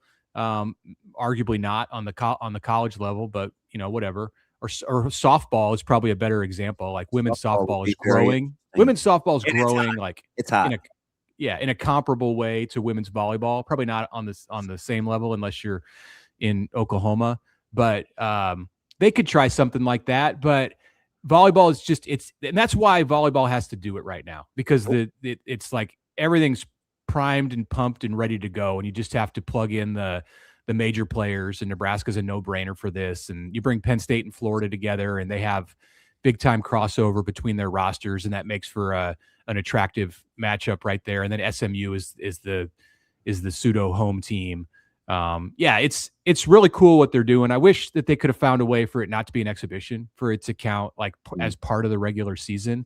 But if you're going to play best of 3 matches, that's a tough sell to the coaches to then say you're going to get hung with a loss because you lost the first 2 out of 3. And it's like, well, the rest of the year that wouldn't count as a loss. So I get it. And like Nebraska volleyball at least can draw a ton of people and still create interest for exhibitions, as we've seen in the spring.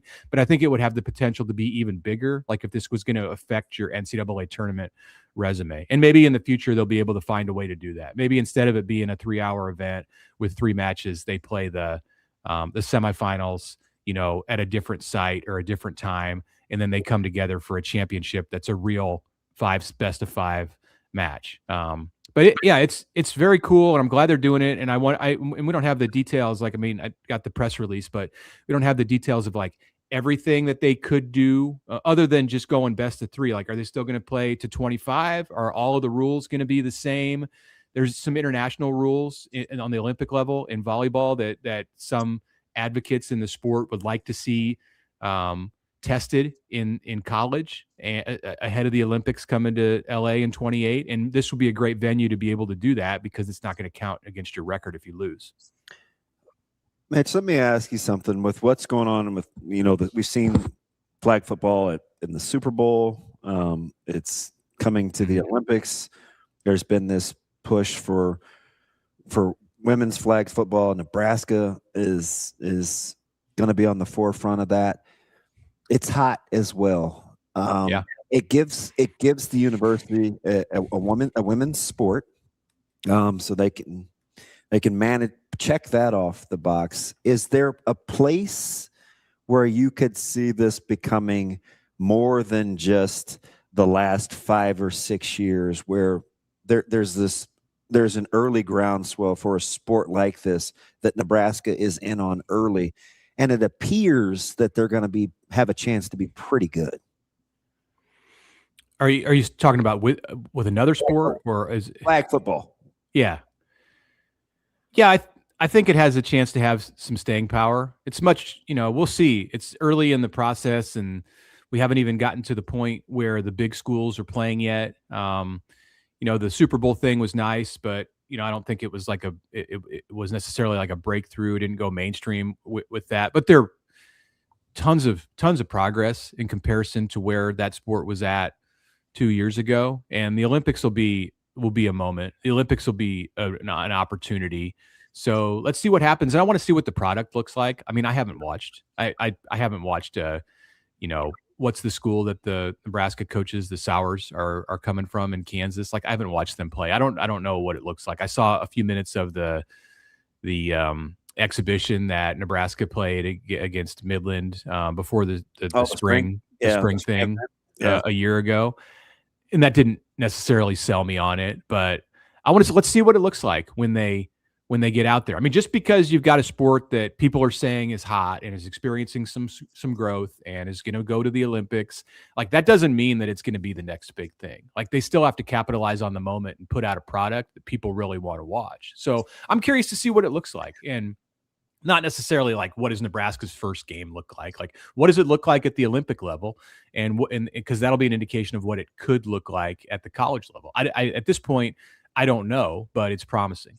I only asked that question based on trying to just be forward thinking in terms of how affordable college athletics is or isn't going to be going forward. If we're going to look at making some cuts in some sports, but you still want to be in compliance, I'm just trying to get my mind around what potentially is sustainable and may not cost as much money, where you can still work under bylaws and avoid lawsuits. Yeah, I mean, you have to strive to have equal opportunities for men and women, and the same conversations those conversations haven't changed. Right? Yeah, they're cutting tennis, and I think you will see schools continue to cut. It was a little alarming to see an SEC school cut a sport, but it's not going to be the last time. And, Iowa State has chopped some sports, or at least a sport, and that's on the women's side, and it wasn't all about money, but it'll continue. And which was one of the stranger pressers. Yeah, we'll just see what happens. We'll just see what happens with football. Of course, is the bus driver in all of this, and it's still a situation. And for the long term, it will continue to be a situation where all of the sports, aside from basketball, exist at the collegiate level because football makes a huge profit. And if we get to a place where the football thing is just so unwieldy because of a lot of these conversations that we're having about big money, and college football like becomes its own entity, then everything else that happens at the college level, all of these sports, flag football, even like collegiate volleyball. I understand that Nebraska can be self-sustaining, but you have to be able to play. You have to have opponents to play. Like, they all need football. And sometimes I hear these conversations, well, are we just heading toward a place where college football has to break off from the rest of the NCAA and just be its own professional league? Well, there are huge ramifications if that were to happen. If that were to happen and they were not the source of funding for all of these other sports, then what happens to those sports? And they need football to be a part of the collegiate model. And for that reason, I think it will be for a while, but maybe not forever, because the money's just getting too big. Yeah, I mean, this is just me with my weird theories here, which apparently is what we're doing this morning, Mitch. But like I've thought for a while now that the Olympic sports, as we call them a lot of times, specifically the ones that are kind of typically being cut, that's I imagine there's going to be a lot of high-priced Division III schools. They're going to end up with some of the best teams in the country in those types of sports, whether it's like tennis or like lacrosse, even to a certain degree. Like I think you're going to have like a migration of talent to places where basically your tuition is high enough that that's going to fund these programs, kind of the way they used to. Could be, yeah. And I don't know that you're going to see a lot of those types of programs at the major college football schools anymore. Yeah, if you could push a button and just move forward 25 years, it'd probably, I mean, it looks a lot different than it did 25 years ago. So that it's not. We're in a period of great change in college sports, and it's hard to envision a world where the money continues to escalate in college football the way that it does, and that sport just forever floats the funds everything all the way down the line. I don't know how sustainable that is. Like these schools are going to look at it and say, we're having a hard time keeping up with the big programs in our own sport that matters so much, and yet we're funding everything else in our athletic department. Can't we just get rid of those sports and put all the money back into football? And if that starts to happen, then what you just described, Robbie, like becomes closer to reality. Last one for Mitch, get you out here on this one. We fortunately did our part for preseason or post, off-season fodder with Coach Rule, but you did. Thank you. No, we're just here to help, Mitch. No, we aren't. Having said that, are you ready for a relative? I think this is going to be a quiet off season. It's a little later. I mean, we're in May, and this is normally when we would start all the talk. We were a couple months ahead. Like, are we ready to kind of just slowly kind of ramp this down? Because we don't have another benchmark probably. Yeah, I feel like it's already been quiet. I feel like from the end of bowl season, I feel like the spring was quiet. Yeah, there are going to be events that pop up on the football landscape that make some noise, whether it's in recruiting or. And by the way, that was some big news with recruiting and Mo Purify. So yeah, good job there. Those things are going to happen, and that's fine. But yeah, by and large, I think we're in the middle of one of the quietest off seasons at Nebraska in recent history, and that will continue through July. And then when we get to Chicago and Big Ten Media Days, it'll start to ramp up. Yeah. But yeah, right now it's like, now it feels kind of normal because this is the time of the year, the first week of May, when it's like we're back in the place we're supposed to be, because spring ball would have been over even in a normal year now. We just had early anxiety. That's all. I guess. I mean, I still think the anxiety is going to continue, but it's going to continue to be. I don't really see any way, unless there was like some, bombshell kind of news, big injury or a coach, a coordinator decided to leave or something like that. Like all of those things you can't predict, but as long as normalcy continues, I think it'll be quiet up until July, relatively quiet. Hey, shout out your Royals with whatever that is, 3 or 4 in a row. They righted the ship since the last time you and I talked. It must have been you speaking Salvi Perez into existence. Yeah, I'm not ready to just say like all is forgiven. Q, like they're playing some good ball now, but like he still messed some stuff up. I still think that you don't get a pass for a 9-game losing streak that was avoidable just because like you turned some stuff around. And right now they're still only on a pace to win like what, 74, 75 games. Like I think they got 16 wins right now. That's good. Yeah, it's nice. That's nice. I'm happy that they're winning. I like to see Bobby and Jack hitting home runs like last night. Like that's the future. That's fantastic. But they botched the month of February, and that reared its head in March and April.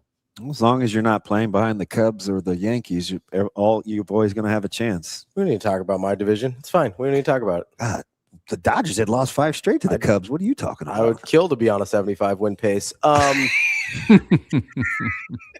don't know why, Mitch. I love Jack Caglione. He's not a guy that like normally would fit my eye. Love that dude. Like just I think it's the I think it's the exit velos. I'm obsessed. Yeah. Fuck. Yep. He's a stud. All right, Mitch. You be well. All right. You do. Are you having tacos and tequila today, or what are you doing?